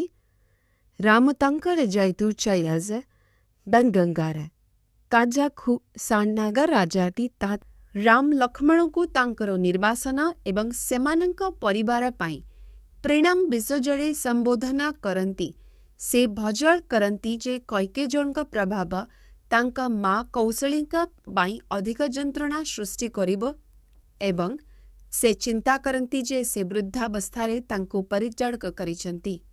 ଲକ୍ଷ୍ମଣ ରାମଙ୍କୁ ବିଶ୍ୱସ୍ତତା ଏବଂ କୋତିର ସମ୍ମୁଖୀନ ନିର୍ବାସନ ପାଇଁ ଜଙ୍ଗଲରେ ରହିବା ପ୍ରସ୍ତୁତ ରାମ ଏବଂ ତାଙ୍କ ସାଥୀମାନେ ପ୍ରୟାଗରେ ପହଞ୍ଚନ୍ତି, ଯେଉଁଠାରେ ସେମାନେ ତପସ୍ୱୀ ଭରଦ୍ୱାଜଙ୍କୁ ଭେଟିଥାନ୍ତି।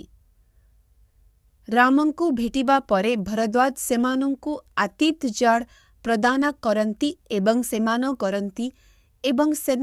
ନିର୍ବାସନ ଦ୍ୱାରା ସୁପାରିଶ କରନ୍ତି। ରାମ ଏହି ସୁପାରିଶକୁ ଗ୍ରହଣ କରନ୍ତି ଏବଂ ସୀତାଙ୍କ ସହ ଚିତ୍ରକୂଟକୁ ଯିବାକୁ ନିଷ୍ପତ୍ତି। ମହର୍ଷି ଭରଦ୍ୱାଜଙ୍କ ଦ୍ୱାରା ଆୟୋଜିତ ଏକ ପ୍ରଶମନ ଉତ୍ସବ ପରେ ରାମ, ସୀତା ଏବଂ ଲକ୍ଷ୍ମଣ କାଳିନ୍ଦୀ ନଦୀ କୂଳରେ ଯାତ୍ରା କରନ୍ତି। ସେମାନେ ଏକ ରାଫ୍ଟ ନିର୍ମାଣ କରି ନଦୀ ସୀତା ଏବଂ ଲକ୍ଷ୍ମଣ କାଳିନ୍ଦୀ ନଦୀ କୂଳରେ ଯାତ୍ରା କରନ୍ତି। ଅତିକ୍ରମ କରିବା ପରେ ସେମାନେ ଯମୁନା ଜଙ୍ଗଲ ଆଡ଼କୁ ଅଗ୍ରସର ହୁଅନ୍ତି, ଯେଉଁଠାରେ ରାମ ଲକ୍ଷ୍ମଣଙ୍କୁ ସୀତାଙ୍କ ସହ ରାମ, ଲକ୍ଷ୍ମଣ ଏବଂ ସୀତା ଚିତ୍ରକୂଟରେ ପହଞ୍ଚନ୍ତି ଏବଂ ସେଠାରେ ରହିବାକୁ ନିଷ୍ପତ୍ତି ନିଅନ୍ତି। ରାମ ଲକ୍ଷ୍ମଣଙ୍କୁ ଏକ ବାସସ୍ଥାନ ନିର୍ମାଣ କରିବାକୁ ଏବଂ ପୂଜା ପାଇଁ ଖାଦ୍ୟ ସଂଗ୍ରହ କରିବାକୁ ନିର୍ଦ୍ଦେଶ ଦିଅନ୍ତି। ସେମାନେ ସେମାନଙ୍କର ନୂତନ ଘରକୁ ଶୁଦ୍ଧ କରିବା ଏବଂ ଘରୋଇ ଦେବତାମାନଙ୍କୁ ସନ୍ତୁଷ୍ଟ କରିବା ପାଇଁ ଏକ ବଳିଦାନ ସମେତ ରୀତିନୀତି କରନ୍ତି। ଏଠାରେ 1300 ଶବ୍ଦରେ ଲେଖାଟିର ସାରାଂଶ ଦିଆଯାଇଛି। ରାମଙ୍କ ଦ୍ୱାରା ପଠାଯିବା ପରେ ସୁମନ୍ତ୍ରା ଅଯୋଧ୍ୟାକୁ ଫେରନ୍ତି, ଯିଏକି ସୀତାଙ୍କ ସହିତ ଚାଲିଯାଇଛନ୍ତି। ପହଞ୍ଚିବା ପରେ ସୁମନ୍ତ୍ରା ସହରକୁ ଶୋକରେ ଦେଖନ୍ତି ଏବଂ ଜାଣନ୍ତି ଯେ ରାମଙ୍କ ବିଦାୟ ଲୋକଙ୍କ ମଧ୍ୟରେ ଏବଂ ରାଣୀ କୌଶଲ୍ୟା ମଧ୍ୟରେ ଅଧ୍ୟାଦେଶ। ରାଜା ଦଶରଥ ତାଙ୍କ ସାରଥୀ ସୁମନ୍ତ୍ରାଙ୍କୁ ଜଙ୍ଗଲକୁ ନିର୍ବାସିତ ହେବା ପରେ ରାମଙ୍କ ଅବସ୍ଥା ବିଷୟରେ ପ୍ରଶ୍ନ କରିଛନ୍ତି। ସୁମନ୍ତ୍ର ବର୍ଣ୍ଣନା କରିଛନ୍ତି କିପରି ରାମ ଲକ୍ଷ୍ମଣ ଏବଂ ସୀତା ସେମାନଙ୍କ କର୍ତ୍ତବ୍ୟ ବିଷୟରେ ପ୍ରଶ୍ନ କରିଛନ୍ତି। ସୁମନ୍ତ୍ର ବର୍ଣ୍ଣନା କରିଛନ୍ତି ତାଙ୍କ ପରିବାର ଏବଂ ରାଜ୍ୟକୁ ତାଙ୍କ ପରମେର ଜଣାଏ ଏବଂ ସଦ୍ଗୁଣ ବିଷୟ ଜଣାଇବାକୁ ତାଙ୍କ ପୁଅ ରାମ ନିର୍ବାସିତ ହୋଇଛନ୍ତି ବୋଲି ଜାଣିବା ପରେ ଅଯୋଧ୍ୟାର ରାଜା ଦୁଃଖରେ ଅଭିଭୂତ ହୁଅନ୍ତି। ରାଜ୍ୟ ଶୋକରେ ଅଛି, ଗଛ ମରିଯାଉଛି, ନଦୀ ଶୁଖିଯାଉଛି ଏବଂ ପଶୁମାନେ ଅଳସୁଆ ହୋଇଯାଉଛନ୍ତି।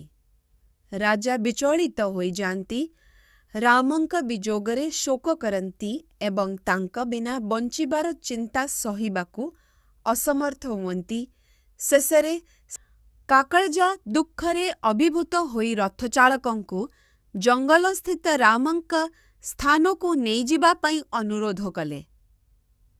ରଥଚାଳକ ତାଙ୍କୁ ଆଶ୍ୱାସନା ଦେଲେ ଯେ ସୀତା ଏବଂ ଲକ୍ଷ୍ମଣଙ୍କ ରାମଙ୍କ ସହିତ ଖୁସିରେ ରହୁଛନ୍ତି ଏବଂ ଲକ୍ଷ୍ମଣ ରାଘବକୁ ଆଣି ନେଉଛନ୍ତି। ଏହି ଶବ୍ଦ ଦ୍ୱାରା ବିଶ୍ୱାସ କରି କାକଳଜା କ୍ଷଣିକ ପାଇଁ କାନ୍ଦୁଛନ୍ତି, କିନ୍ତୁ ଶୀଘ୍ର କାକଳଜା ତାଙ୍କ ସ୍ୱାମୀ ଦଶରଥଙ୍କୁ ରାମଙ୍କୁ ବହିଷ୍କାର କରିବାର ପରିଣାମ ବିଷୟରେ ଦୁଃଖିତ କରନ୍ତି, ଯେଉଁଥିରେ ସେମାନଙ୍କ ପୁଅର ଯନ୍ତ୍ରଣା ଏବଂ ରାଜ୍ୟର ପତନ ଅନ୍ତର୍ଭୁକ୍ତ। ସେ ଯୁକ୍ତି କରନ୍ତି ଯେ ରାମଙ୍କ ଧାର୍ମିକତା ତାଙ୍କୁ ଅନ୍ୟ ଜଣଙ୍କ ଦ୍ୱାରା ଉପଭୋଗ କରାଯାଉଥିବା ରାଜ୍ୟକୁ ଗ୍ରହଣ କରିବାକୁ ଅନୁମତି ଦେବ ନାହିଁ। ତାଙ୍କ ଶକ୍ତିଶାଳୀ ସ୍ୱଭାବ ଏବଂ ଦଶରଥଙ୍କୁ ଦୁଃଖିତ ରାମଙ୍କ ନିର୍ବାସନରେ ଦୁଃଖିତ ହୋଇ ରାଜା ବିଚଳିତ ହୋଇ ତାଙ୍କ ପତ୍ନୀ କୌକଲ୍ୟାଙ୍କୁ ସମ୍ବୋଧିତ କରି ତାଙ୍କ ଦୁଃଖ ପାଇଁ କ୍ଷମା ମାଗନ୍ତି।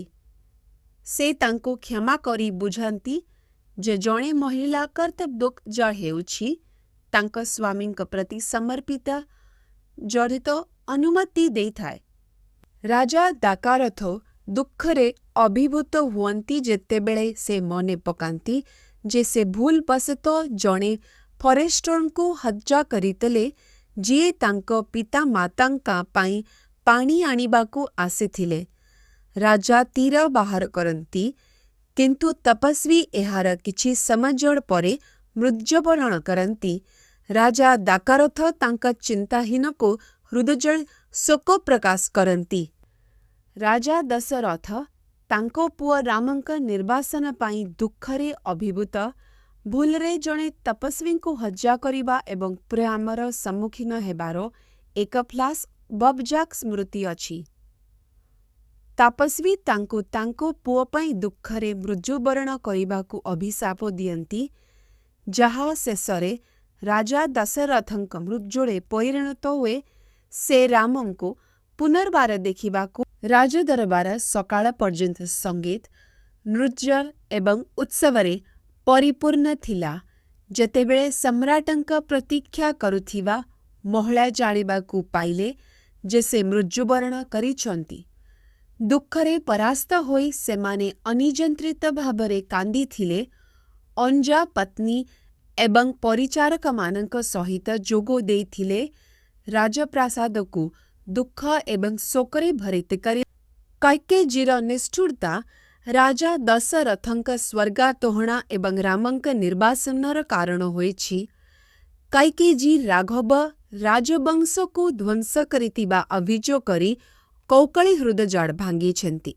ପତ୍ନୀମାନେ ସେମାନଙ୍କ ବିଯୋଗରେ ଶୋକ ପ୍ରକାଶ କରୁଥିବାରୁ ଏବଂ ରାଜାଙ୍କ ମୃତ୍ୟୁରେ ତାଙ୍କ ଭୂମିକା ପାଇଁ କୈକେୟୀଙ୍କୁ ନିନ୍ଦା କରୁଥିବାରୁ ଅଯୋଧ୍ୟା ସହର ଦୁଃଖରେ ଅଯୋଧ୍ୟାର ପରାମର୍ଶଦାତା ରାଜ୍ୟର ସଙ୍କଟ ବିଷୟରେ ଆଲୋଚନା କରିବା ପାଇଁ ରାଜପୁରୋହିତ ବଶିଷ୍ଠଙ୍କ ରାଜରାତି ହୁଅନ୍ତି।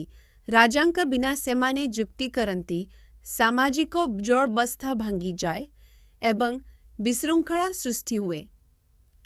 ରାଜ୍ୟରେ ସ୍ଥିରତା ଏବଂ ନୈତିକତା ଫେରାଇ ଆଣିବା ପାଇଁ ସେମାନେ ବଶିଷ୍ଠଙ୍କୁ ଇକ୍ଷ୍ୱାକୁଙ୍କ ବଂଶଧରମାନଙ୍କ ମଧ୍ୟରୁ ଜଣେ ନୂତନ ରାଜା ବଶିଷ୍ଠ ଭରତ ଏବଂ ତାଙ୍କ ଭାଇ ଶତ୍ରୁଘ୍ନଙ୍କୁ ସେମାନଙ୍କ ମାମୁଁଙ୍କ ଘରୁ ଆଣିବା ପାଇଁ ଦୂତ ପଠାନ୍ତି। ସିଦ୍ଧାର୍ଥ, ବିଜୟ, ଜୟନ୍ତ ଏବଂ ଅଶୋକାନନ୍ଦଙ୍କ ଘରୁ ଆଣିବା ପାଇଁ ଦୂତ ପଠାନ୍ତି ନଦୀ ଏବଂ ପର୍ବତ ଅତିକ୍ରମ କରିଥିବା ଥିବା ରାଜ୍ୟରେ ପହଞ୍ଚନ୍ତି, ଯେଉଁଠାରେ ସେମାନେ ଭରତଙ୍କୁ ସିଂହାସନ ନେବାକୁ ପ୍ରବର୍ତ୍ତାଇବାକୁ ଯୋଜନା କରନ୍ତି। ଭରତ ଏକ ବିରକ୍ତିକର ସ୍ୱପ୍ନ ଦେଖନ୍ତି, ଯେଉଁଥିରେ ସେ ତାଙ୍କ ପିତା ରାମଙ୍କୁ ବିଭିନ୍ନ ଉପାୟରେ ମୃତ୍ୟୁବରଣ କରୁଥିବା କିମ୍ବା ଆହତ ହେଉଥିବା ଦେଖନ୍ତି। ସେ ଦୁଃଖିତ ଏବଂ ତାଙ୍କ ବନ୍ଧୁମାନଙ୍କ ସହ ଆନନ୍ଦରେ ଯୋଗ ଦେବାକୁ ମନା କରନ୍ତି, ଭୟ କରନ୍ତି ଯେ ସେମାନଙ୍କ ମଧ୍ୟରୁ ଜଣେ ଶୀଘ୍ର ତାଙ୍କ ମୃତ୍ୟୁ ସହିତ ଭେଟିବେ। ତାଙ୍କ ଗଳା ଶୁଖିଲା, ମନ କୈକେୟୀଙ୍କ ପୁତ୍ର ଭରତଙ୍କୁ ଏକ ଜରୁରୀ ବିଷୟ ହେତୁ ଅଯୋଧ୍ୟା ଯିବା ପାଇଁ ରାଷ୍ଟ୍ରଦୂତମାନେ ଅନୁରୋଧ କରନ୍ତି, ଯିଏ ତାଙ୍କୁ ଧନ, ଘୋଡ଼ା ଏବଂ ଦରବାରୀ ଦିଅନ୍ତି।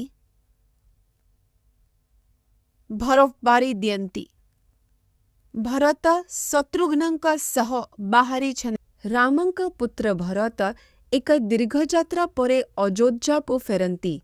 ସହରର ନିର୍ଜନତା ଏବଂ ଦୁର୍ଭାଗ୍ୟର ସଂକେତରେ ସେ ପ୍ରଭାବିତ ହୁଅନ୍ତି। ସହର ଖାଲି ଅଛି, ନାଗରିକମାନେ ଉପବାସ କରୁଛନ୍ତି ଏବଂ ମନ୍ଦିରଗୁଡ଼ିକ ଅବହେଳିତ। ଭରତଙ୍କ ହୃଦୟ ଦୁଃଖରେ ଭରିଥାଏ ଯେତେବେଳେ ସେ ତାଙ୍କ ପିତାଙ୍କ ପ୍ରାସାଦରେ ପ୍ରବେଶ କରନ୍ତି, ଅନୁଭବ କରନ୍ତି ଯେ କିଛି ଭୁଲ ଅଛି। ଭରତ ଘରକୁ ଫେରି ଦେଖିଲେ ଯେ ତାଙ୍କ ପିତା ରାଜା ଦଶରଥ ମୃତ୍ୟୁବରଣ କରିଛନ୍ତି। ତାଙ୍କ ମା କୈକେୟୀ ବୁଝାଇଲେ ଯେ ରାଜା ତାଙ୍କ ଦ୍ୱାରା ନିର୍ବାସିତ ହୋଇଥିଲେ।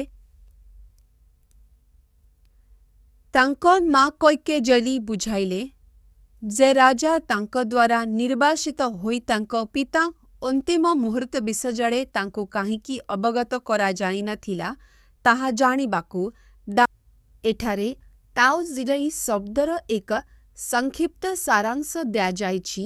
ତାଙ୍କ ପିତାଙ୍କ ମୃତ୍ୟୁ ଏବଂ ଭାଇ ରାମଙ୍କ ନିର୍ବାସନରେ ଦୁଃଖିତ ହୋଇ ଭରତ କୈକେୟୀଙ୍କୁ ଗାଳି କରନ୍ତି।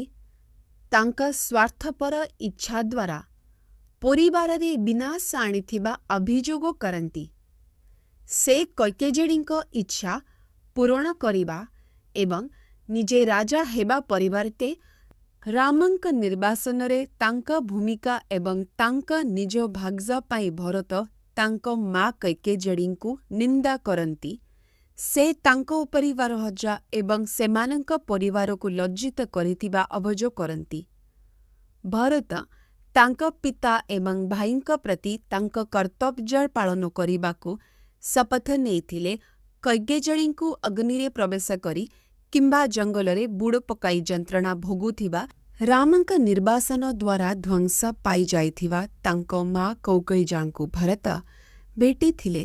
ଭରତ କୈକେୟୀଙ୍କ ଅଭିଯୋଗ ବିରୁଦ୍ଧରେ ନିଜକୁ ରକ୍ଷା କରିଥିଲେ ଏବଂ ଯେଉଁମାନେ ରାମଙ୍କ ନିର୍ବାସନକୁ ଅନୁମୋଦନ କରିଥିଲେ ସେମାନଙ୍କୁ ଅଭିଶାପ ଦେଇଥିଲେ, ସେମାନଙ୍କ ଉପରେ ସେ ଚାହୁଁଥିବା ଅନେକ ଦଣ୍ଡ ତାଲିକାଭୁକ୍ତ କରିଥିଲେ।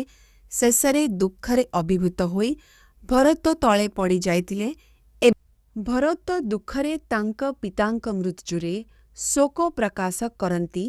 ଋଷି ବଶିଷ୍ଠ ତାଙ୍କୁ ଅନ୍ତିମ ସଂସ୍କାର କରିବାକୁ ପରାମର୍ଶ ଦିଅନ୍ତି।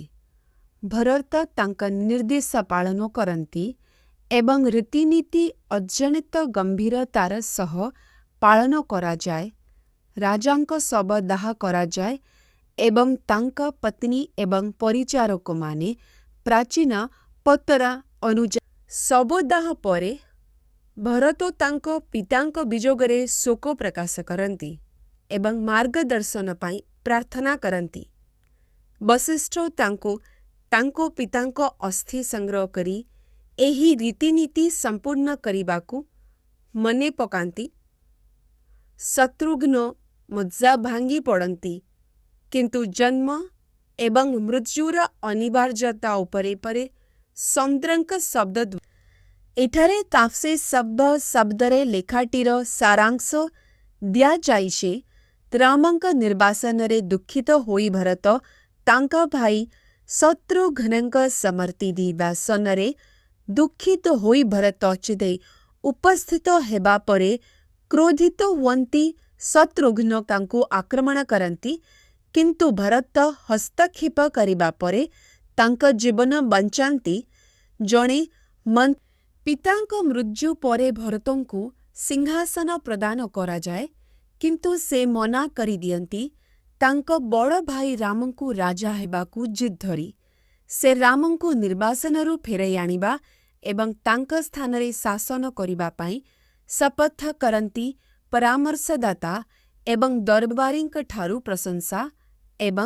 ପ୍ରଶଂସା ଅର୍ଜନ କରନ୍ତି। ସେମାନେ ରାମ ରହୁଥିବା ଜଙ୍ଗଲରେ 1863 ଶବ୍ଦରେ ଲେଖାଟିର ସାରାଂଶ ଦିଆଯାଇଛି। ଭରତଙ୍କ ନେତୃତ୍ୱରେ କୁଶଳୀ ଶ୍ରମିକମାନଙ୍କର ଏକ ବୃହତ ଗୋଷ୍ଠୀ ଯାହାଦୁରା ପାଇଁ ଏକ ରାସ୍ତା ପ୍ରସ୍ତୁତ କରନ୍ତି। ସେମାନେ ବୃକ୍ଷଲତା ସଫା କରି ରାମଙ୍କ ନିର୍ବାସନ ପରେ ଭରତ ତାଙ୍କ ଭାଗ୍ୟକୁ ନେଇ ଦୁଃଖ ପ୍ରକାଶ କରନ୍ତି, କିନ୍ତୁ ବଶିଷ୍ଠ ତାଙ୍କୁ ସାନ୍ତ୍ୱନା ଦିଅନ୍ତି, ଯିଏକି ଅନେକ ସମ୍ଭ୍ରାନ୍ତ ଏବଂ ପରାମର୍ଶଦାତାଙ୍କୁ ସୁବର୍ଣ୍ଣ ଦରବାରକୁ ଡକାଇଥାନ୍ତି। ଭାରତ ପହଞ୍ଚିବା ମାତ୍ରେ ପ୍ରଜାମାନେ ଖୁସି ହୁଅନ୍ତି ଏବଂ ଦରବାର ରାମଙ୍କ ଉପସ୍ଥିତିରେ ଏହାର ପୂର୍ବ ଗୌରବ ସହିତ ସମାନ। ଦୁଃଖରେ ଅଭିଭୂତ ହୋଇ ଭରତ ଘୋଷଣା କରନ୍ତି ଯେ ସେ ରାମଙ୍କ ଅନୁସରଣ କରି ନିର୍ବାସନରେ ଯିବେ। ସେ ତାଙ୍କ ବିଶ୍ୱସ୍ତ ସେବକ ସୌମିତ୍ରଙ୍କୁ ସନ୍ନ୍ୟାସ କରିବାକୁ ଏବଂ ତାଙ୍କୁ ଜଙ୍ଗଲକୁ ନେବା ପାଇଁ ନିର୍ଜଳିଆ ଆଣିବାକୁ ନିର୍ଦ୍ଦେଶ ନେତ ଦରବାର ଏବଂ ସେନାପତିଙ୍କ ସମେତ ସମଗ୍ର ସଭା ରାମଙ୍କ ସହ ଯୋଗ ଦେବାକୁ ଭରତଙ୍କ ନିଷ୍ପତ୍ତିରେ ଆନନ୍ଦରେ ଉଦ୍ବେଳିତ ହୁଏ। ହଜାର ହଜାର କାର, ହାତୀ, ଘୋଡ଼ା ଏବଂ ବିଭିନ୍ନ ବୃତ୍ତିଧାରୀଙ୍କୁ ନେଇ ରାମଙ୍କୁ ଖୋଜିବା ପାଇଁ ଭରତ ଏକ ବିଶାଳ ଶୋଭାଯାତ୍ରାର ନେତୃତ୍ୱ ନେଉଛନ୍ତି। ସେମାନେ ଶ୍ରୀଙ୍ଗଭେରପୁର ନିକଟରେ ଗଙ୍ଗା ନଦୀରେ ପହଞ୍ଚନ୍ତି, ଯେଉଁଠାରେ ସେମାନେ ରାତି ପାଇଁ ଅଟକିଥାନ୍ତି। ଭରତ ତାଙ୍କ ଦରବାରୀମାନଙ୍କୁ ସେନା ଶିବିର କରିବାକୁ ନିର୍ଦ୍ଦେଶ ଦିଅନ୍ତି। ନଦୀ ପାର ହେବାକୁ ଯୋଜନା କରନ୍ତି।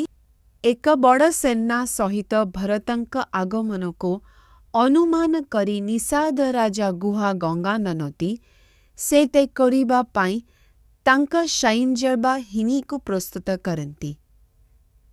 ସେ ତାଙ୍କ ଅନୁଗାମୀ ଏବଂ ଯୁବକମାନଙ୍କୁ ଭରତଙ୍କ ଗତିପଥକୁ ବିରୋଧ କରିବାକୁ ପ୍ରସ୍ତୁତ ରହିବାକୁ ନିର୍ଦ୍ଦେଶ ଦିଅନ୍ତି। ଏହି ସମୟରେ ଗୁହା ଭରତଙ୍କ ନିକଟକୁ 88 ଶବ୍ଦରେ ଲେଖାଟିର ସାରାଂଶ ଦିଆଯାଇଛି। ଭରତ ଗୁହାଙ୍କୁ କହିଥିଲେ ଯେ ସେ ରାମଙ୍କୁ କୌଣସି କ୍ଷତି କରିବାକୁ ଚାହାନ୍ତି ନାହିଁ ଏବଂ ତାଙ୍କୁ ନିର୍ବାସନରୁ ଫେରାଇ ଆଣିବାକୁ ଚାହାନ୍ତି। ଗୁହା ଭରତଙ୍କ ନିଃସ୍ୱାର୍ଥପରତାର ପ୍ରଶଂସା କରନ୍ତି, କିନ୍ତୁ ରାତି ହେବା ଦ୍ୱାରା ସେମାନଙ୍କ ବାର୍ତ୍ତାଳାପ ବାଧାପ୍ରାପ୍ତ ହୁଏ।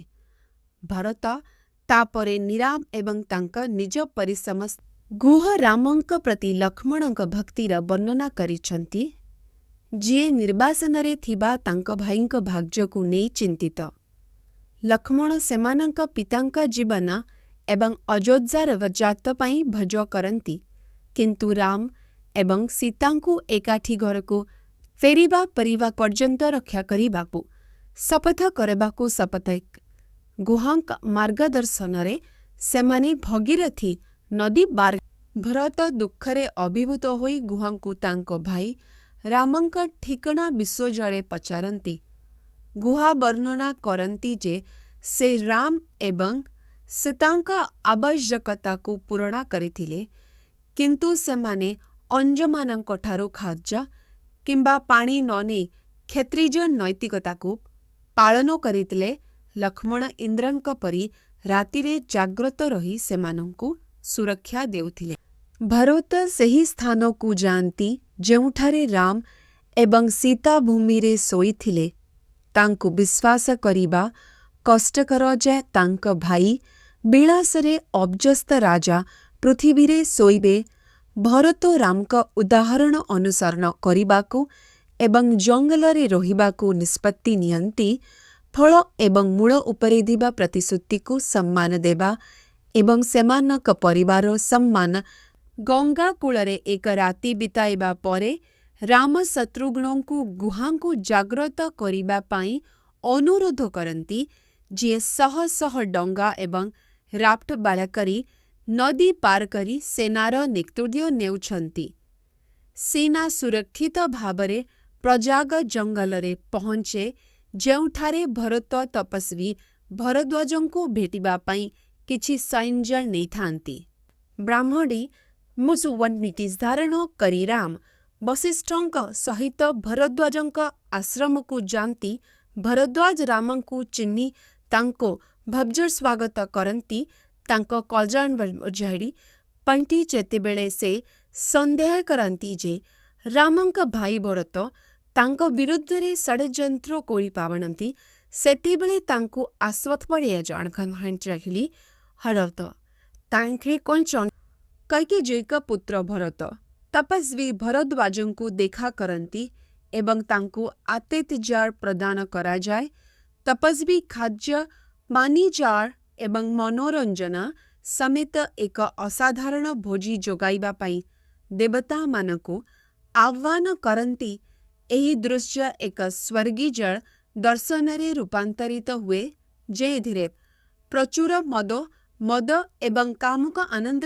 ଭରତ ତାଙ୍କ ଆଶ୍ରମରେ ଏକ ରାତି ରହିବା ପରେ ତପସ୍ୱୀ ଭରଦ୍ୱାଜଙ୍କୁ ଭେଟିଥିଲେ।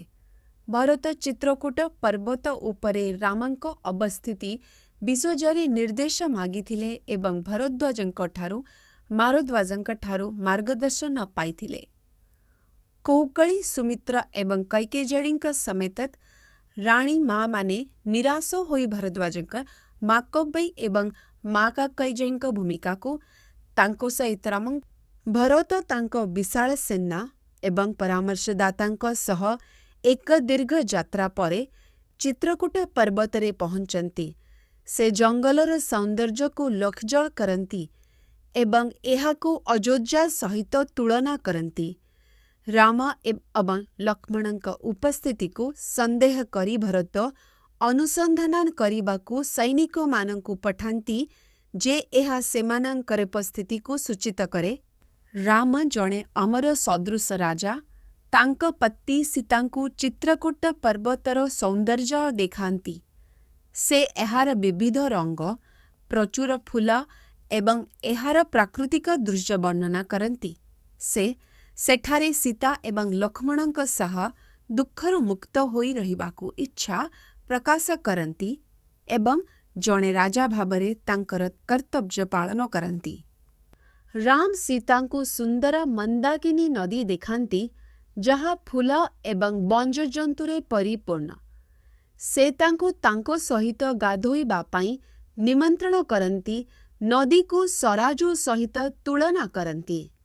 ରାମ ସୀତାଙ୍କ ସହିତ ତୋରଇ ଖୁସି ବ୍ୟକ୍ତ କରନ୍ତି ଏବଂ ଅଯୋଧ୍ୟା କିମ୍ବା ରାଜ ପରିବାରକୁ ଫେରିବା ପରିବର୍ତ୍ତେ ଚିତ୍ରକୂଟରେ ରହିବାକୁ ପ୍ରସ୍ତାବ ଦିଅନ୍ତି। ରାମ ଏବଂ ସୀତା ଏକ ନଦୀ ନିକଟରେ ବିଶ୍ରାମ ନେଉଥିବା ବେଳେ ଲକ୍ଷ୍ମଣ ଜାଣିବାକୁ ପାଇଲେ ଯେ ଭରତଙ୍କର ନିର୍ଦ୍ଦେଶ ଏକସୈନ୍ୟ ଆସୁଛି। ଲକ୍ଷ୍ମଣ ରାମଙ୍କୁ ଧମକ ବିଷଜାଳି ନେବାକୁ ସେ ଭରତଙ୍କୁ ଅନୁସନ୍ଧାନ କରିବାକୁ ନିର୍ଦ୍ଦେଶ ଦିଅନ୍ତି। ଲକ୍ଷ୍ମଣ ଖବର ନେଇ ଫେରନ୍ତି ଯେ ଭରତ ସେମାନଙ୍କୁ ହତ୍ୟା କରିବାକୁ ଆସୁଛନ୍ତି ଏବଂ ଅତୀତ ଭୁଲ ପାଇଁ ପ୍ରତିଶୋଧ। ରାମ ଲକ୍ଷ୍ମଣଙ୍କ କ୍ରୋଧକୁ ଶାନ୍ତ କରନ୍ତି ଏବଂ ତାଙ୍କୁ ଯୁଦ୍ଧ ପାଇଁ ତାଙ୍କର ଇଚ୍ଛାକୁ ପରିତ୍ୟାଗ କରିବାକୁ କୁହନ୍ତି, କାରଣ ଭରତ କୌଣସି ଖରାପ ଇଚ୍ଛା ନେଇ ଆସିନାହାନ୍ତି। ରାମ ବିଶ୍ୱାସ କରନ୍ତି ଯେ ଭରତ କ୍ଷମା ଏବଂ ଘରକୁ ଫେରିବାର ଏକ ଉପାୟ ଖୋଜୁଛନ୍ତି, କିନ୍ତୁ ଲକ୍ଷ୍ମଣ ଲଜ୍ଜିତ ହୁଅନ୍ତି, ଭାବନ୍ତି ଯେ ଭରତ ପ୍ରକୃତରେ ଛଦ୍ମବେଶରେ ସେମାନଙ୍କର ପିତା ଦଶରଥ। ଭରତ ତାଙ୍କ ଭାଇ ରାମ ଏବଂ ଲକ୍ଷ୍ମଣଙ୍କୁ ଖୋଜିବା ପାଇଁ ଉତ୍କଣ୍ଠିତ ହୋଇ ନିଷାଦମାନଙ୍କ ସହିତ ଜଙ୍ଗଲକୁ ଖୋଜିବା ପାଇଁ ସୈନ୍ୟ ପଠାଇଥିଲେ। ତାପରେ ସେ ନିଜେ ଏକ ବଡ଼ ଦଳ ପୁରୁଷ ଏବଂ ପରାମଦ ସହ ସେଠା ତାଙ୍କ ପାଦରେ ଚାଲି ସେମାନଙ୍କୁ ପାଇବା ପର୍ଯ୍ୟନ୍ତ ପ୍ରତ୍ୟେକ ଦିଗକୁ ଯାଇଥିଲେ। से विशेष करी निज पितांक राज्य रामंकु राजा भाबरे स्थापन करिबा विसर्ज स्थलरू धुआं देखि खुशी होइतिले। दशरथंक पुत्र भरत शत्रुघ्न एवं सुमंत्रंक सहित चित्रकूटरे रामंक बासभवनरे पहुंचंती। से एहा देखि अत्यंत आनंदित जे यथार्थ राजा राम तांको राज्यरू निर्वासित होई जंगलरे तपस इति। से एहा देखि अत्यंत आनंदित उपरे घटिता पेद दुर्भाग्य को दुखित करुछंती। जे आराम एवं राम भरतंकु तांको पितांक राज्य एवं शासन विषୟରେ पचरा उचुरा करती। अयोध्यार प्रशासन विषୟରେ विभिन्न प्रश्न पचारती, जेउथिरे प्रजा ब्राह्मण एवं योद्धांक चिकित्सा अंतर्भुक्त। राम भरतंक परामर्श दी विषୟରେ विभिन्न प्रश्न पचारती, जेतेराको चेष्टा करती। शेषरे एहा स्थिर करिबाकू कद्गे जेडींको पुत्र भरतार रामंकु तांकर निर्वासन विषୟରେ पचारती एवं तांकु राजा भाबरे अयोध्या को फेरिबा पाई निवेदन करती। भरत रामंकु कुहंती जे से रामंक ठारू सान होइथिबारु तांको उपरे नैतिकता। एठारे सवय शब्दर एक संक्षिप्त सारांश दियाजाइछि। राम तांका पितांक मृत्यु विषୟରେ शुणिबा परे भांगी मृतांक भाईमानंक सहजरतारे मंदाकिनी नदी कूलरे अंतिम संस्कार करिथिले। वशिष्ठ दशरथंक पत्नीमानंक सहित रामंक आश्रम निकटकू गले। कौकल्य रामंक पितांकु अर्पण कराइथिबा एक इंगुडी पिंडकू देखि भावप्रवण होई दुखरे चित्कार कले। पुत्रकू देखि सुमित्रंक समेत रामंक माँ माने चितासुंजल होई गले, किंतु तांक स्पर्शरे सांत्वना पाइले। भरत तापरे पहुंचिले, रामंकु प्रणाम कले। भरत रामंकु सांत्वना दियंती, तांकु राज्यकु स्वीकार करिबाकू एवं बुद्धिमान भावरे शासन करिबाकू अनुरोध करती। एहाकू एक शक्तिशाली गछ सहित तुलना करती, जहा एक बामन द्वारा घुंचा जाई पारिबो नाही। राम भरतंक शब्दकू प्रत्याख्यान करती। बक्पिजे जीवन स्वल्प एवं मृत्यु अनिवार्य। से भारतंको तांक जणे नेता भाबरे निजर गुण एवं सामर्थ्य दर्शाई भरत रामंकु जंगलकू न जिबाकू चेष्टा करती। से रामंक कर्तव्य एवं रामंकु जंगलकू निवेदन करती।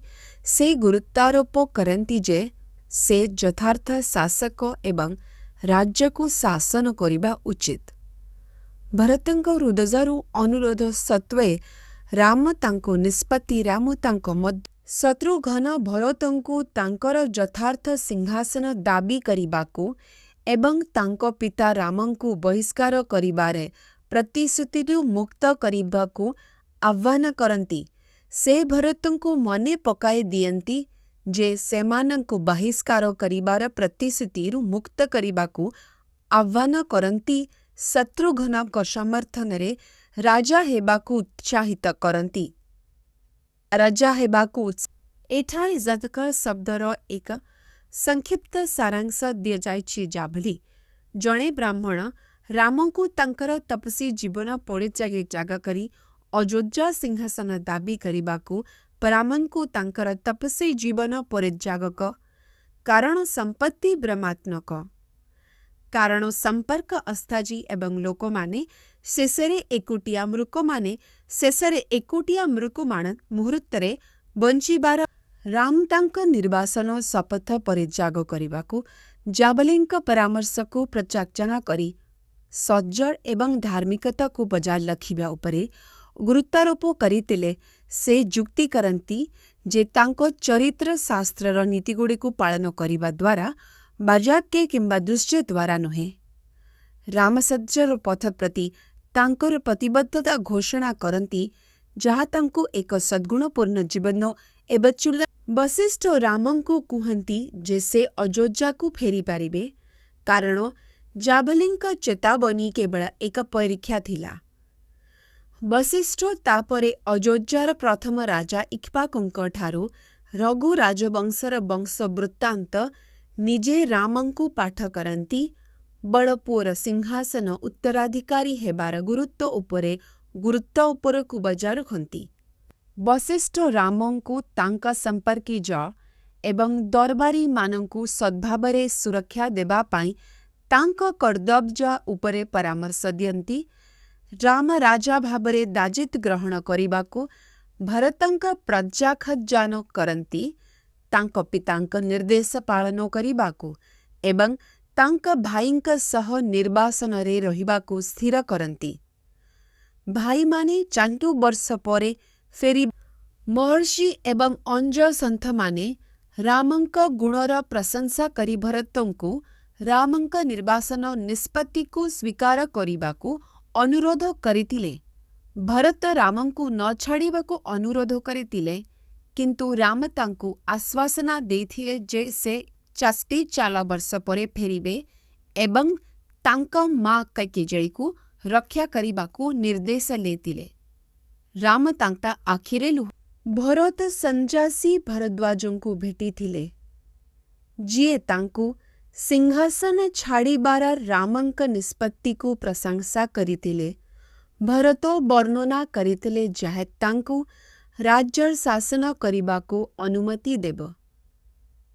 ଭରଦ୍ୱାଜଙ୍କୁ ଭେଟିବା ପରେ ଏବଂ ଛୁଟି ନେବା ପରେ ଭରତଙ୍କ ଅନୁପସ୍ଥିତିରେ ଶୋକ ପ୍ରକାଶ କରି ଭାରାକ୍ରାନ୍ତ ହୃଦୟ ସହିତ ଭରତ ଅଯୋଧ୍ୟାରେ ପହଞ୍ଚିଲେ।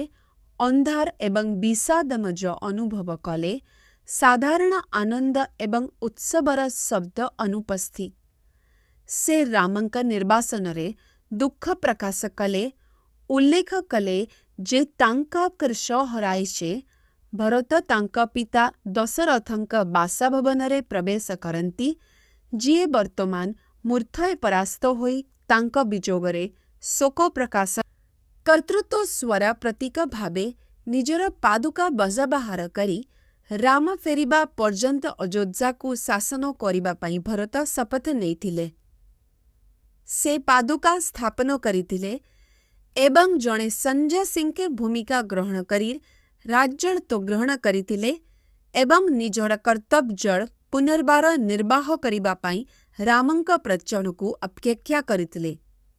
ଚିତ୍ରକୂଟର ତପସ୍ୱୀମାନେ ଖାରଙ୍କ ନେତବରୀ ରାକ୍ଷସମାନଙ୍କ ଉପସ୍ଥିତିକୁ ନେଇ ଚିନ୍ତିତ ଅଛନ୍ତି, ଯେଉଁମାନେ ସେମାନଙ୍କୁ ହଇରାଣ ଏବଂ ହତ୍ୟା କରୁଛନ୍ତି। ଜଣେ ପିତୃପୁରୁଷ ସନ୍ନ୍ୟାସୀ ରାମଙ୍କୁ ତାଙ୍କ ସହିତ ଅଞ୍ଜାର ଏକ ସ୍ଥାନକୁ ଚାଲିଯିବାକୁ ପରାମର୍ଶ ଦିଅନ୍ତି, କିନ୍ତୁ ରାମ ରହିବାକୁ ନିଷ୍ପତ୍ତି ନିଅନ୍ତି। ଅବଶିଷ୍ଟ ସନ୍ନ୍ୟାସୀମାନଙ୍କୁ ଆଶ୍ୱାସନା ଦିଅନ୍ତି ଯେ ସେମାନଙ୍କୁ ରାମ, ସୀତା ଏବଂ ଲକ୍ଷ୍ମଣ ଅତ୍ରିଙ୍କ ଆଶ୍ରମରେ ପହଞ୍ଚନ୍ତି, ଯେଉଁଠାରେ ଋଷି ଏବଂ ତାଙ୍କ ପତ୍ନୀ ଅନସୂୟା ସେମାନଙ୍କୁ ଗ୍ରହଣ କରନ୍ତି। ରାମ ସୀତାଙ୍କୁ ଅନସୂୟାଙ୍କ ସହ ପରିଚିତ କରାନ୍ତି, ଯିଏ ତାଙ୍କୁ ଧାର୍ମିକତାର ଅନୁସରଣ କରିବା ଏବଂ ଏକ ଉତ୍ସର୍ଗୀକୃତ ପତ୍ନୀ ହେବାର ଗୁରୁତ୍ୱ ବିଷୟରେ ପରାମର୍ଶ ସୀତାଙ୍କୁ ତାଙ୍କ ସମ୍ପର୍କୀୟ ଏବଂ ଗର୍ବ ପରିତ୍ୟାଗ କରନ୍ତି। ସୀତା ଅନସୂୟାଙ୍କୁ ତାଙ୍କ କାହାଣୀ ବର୍ଣ୍ଣନା କରନ୍ତି ଯେ କିପରି ରାମ ଏକ ଆତ୍ମପସନ୍ଦ ସମାରୋହ ମାଧ୍ୟମରେ ତାଙ୍କୁ ଜିତିଥିଲେ। ସେ ତାଙ୍କ ପିତା ଜନକଙ୍କ ସହ ତାଙ୍କ ଜୀବନ ଏବଂ ରାମଙ୍କ ସହ ତାଙ୍କ ବିବାହ ବିଷୟରେ ବର୍ଣ୍ଣନା କରନ୍ତି। ସେ ତାଙ୍କୁ ଉପହାର ପ୍ରଦାନ କରନ୍ତି, ତାଙ୍କୁ ରାମଙ୍କ ନିକଟକୁ ଫେରିବା ପାଇଁ କୁହନ୍ତି। ଜଣେ ମହିଳା ସନ୍ନ୍ୟାସୀ ଅନସୂୟା ରାମଙ୍କ ପତ୍ନୀ ସୀତାଙ୍କୁ ଭେଟନ୍ତି। ଅନସୂୟା ତାଙ୍କ ସ୍ୱାମୀଙ୍କ ପ୍ରତି ସୀତାଙ୍କ ଭକ୍ତିରେ ପ୍ରଭାବିତ ହୁଅନ୍ତି। ଅନସୂୟା ତାଙ୍କ ସ୍ୱାମୀଙ୍କ ପ୍ରତି ସୀତାଙ୍କ ଭକ୍ତିରେ ପ୍ରଭାବିତ ହୁଅନ୍ତି, ଯେ କିପରି ସେ ଏକ ଆତ୍ମପସନ୍ଦ ସମାରୋହରେ ରାମଙ୍କ ଦ୍ୱାରା ଜିତିଥିଲେ, ଯେଉଁଠାରେ ସେ ଦିବ୍ୟଧନୁ ବଙ୍କା କରିତ ପ୍ରକା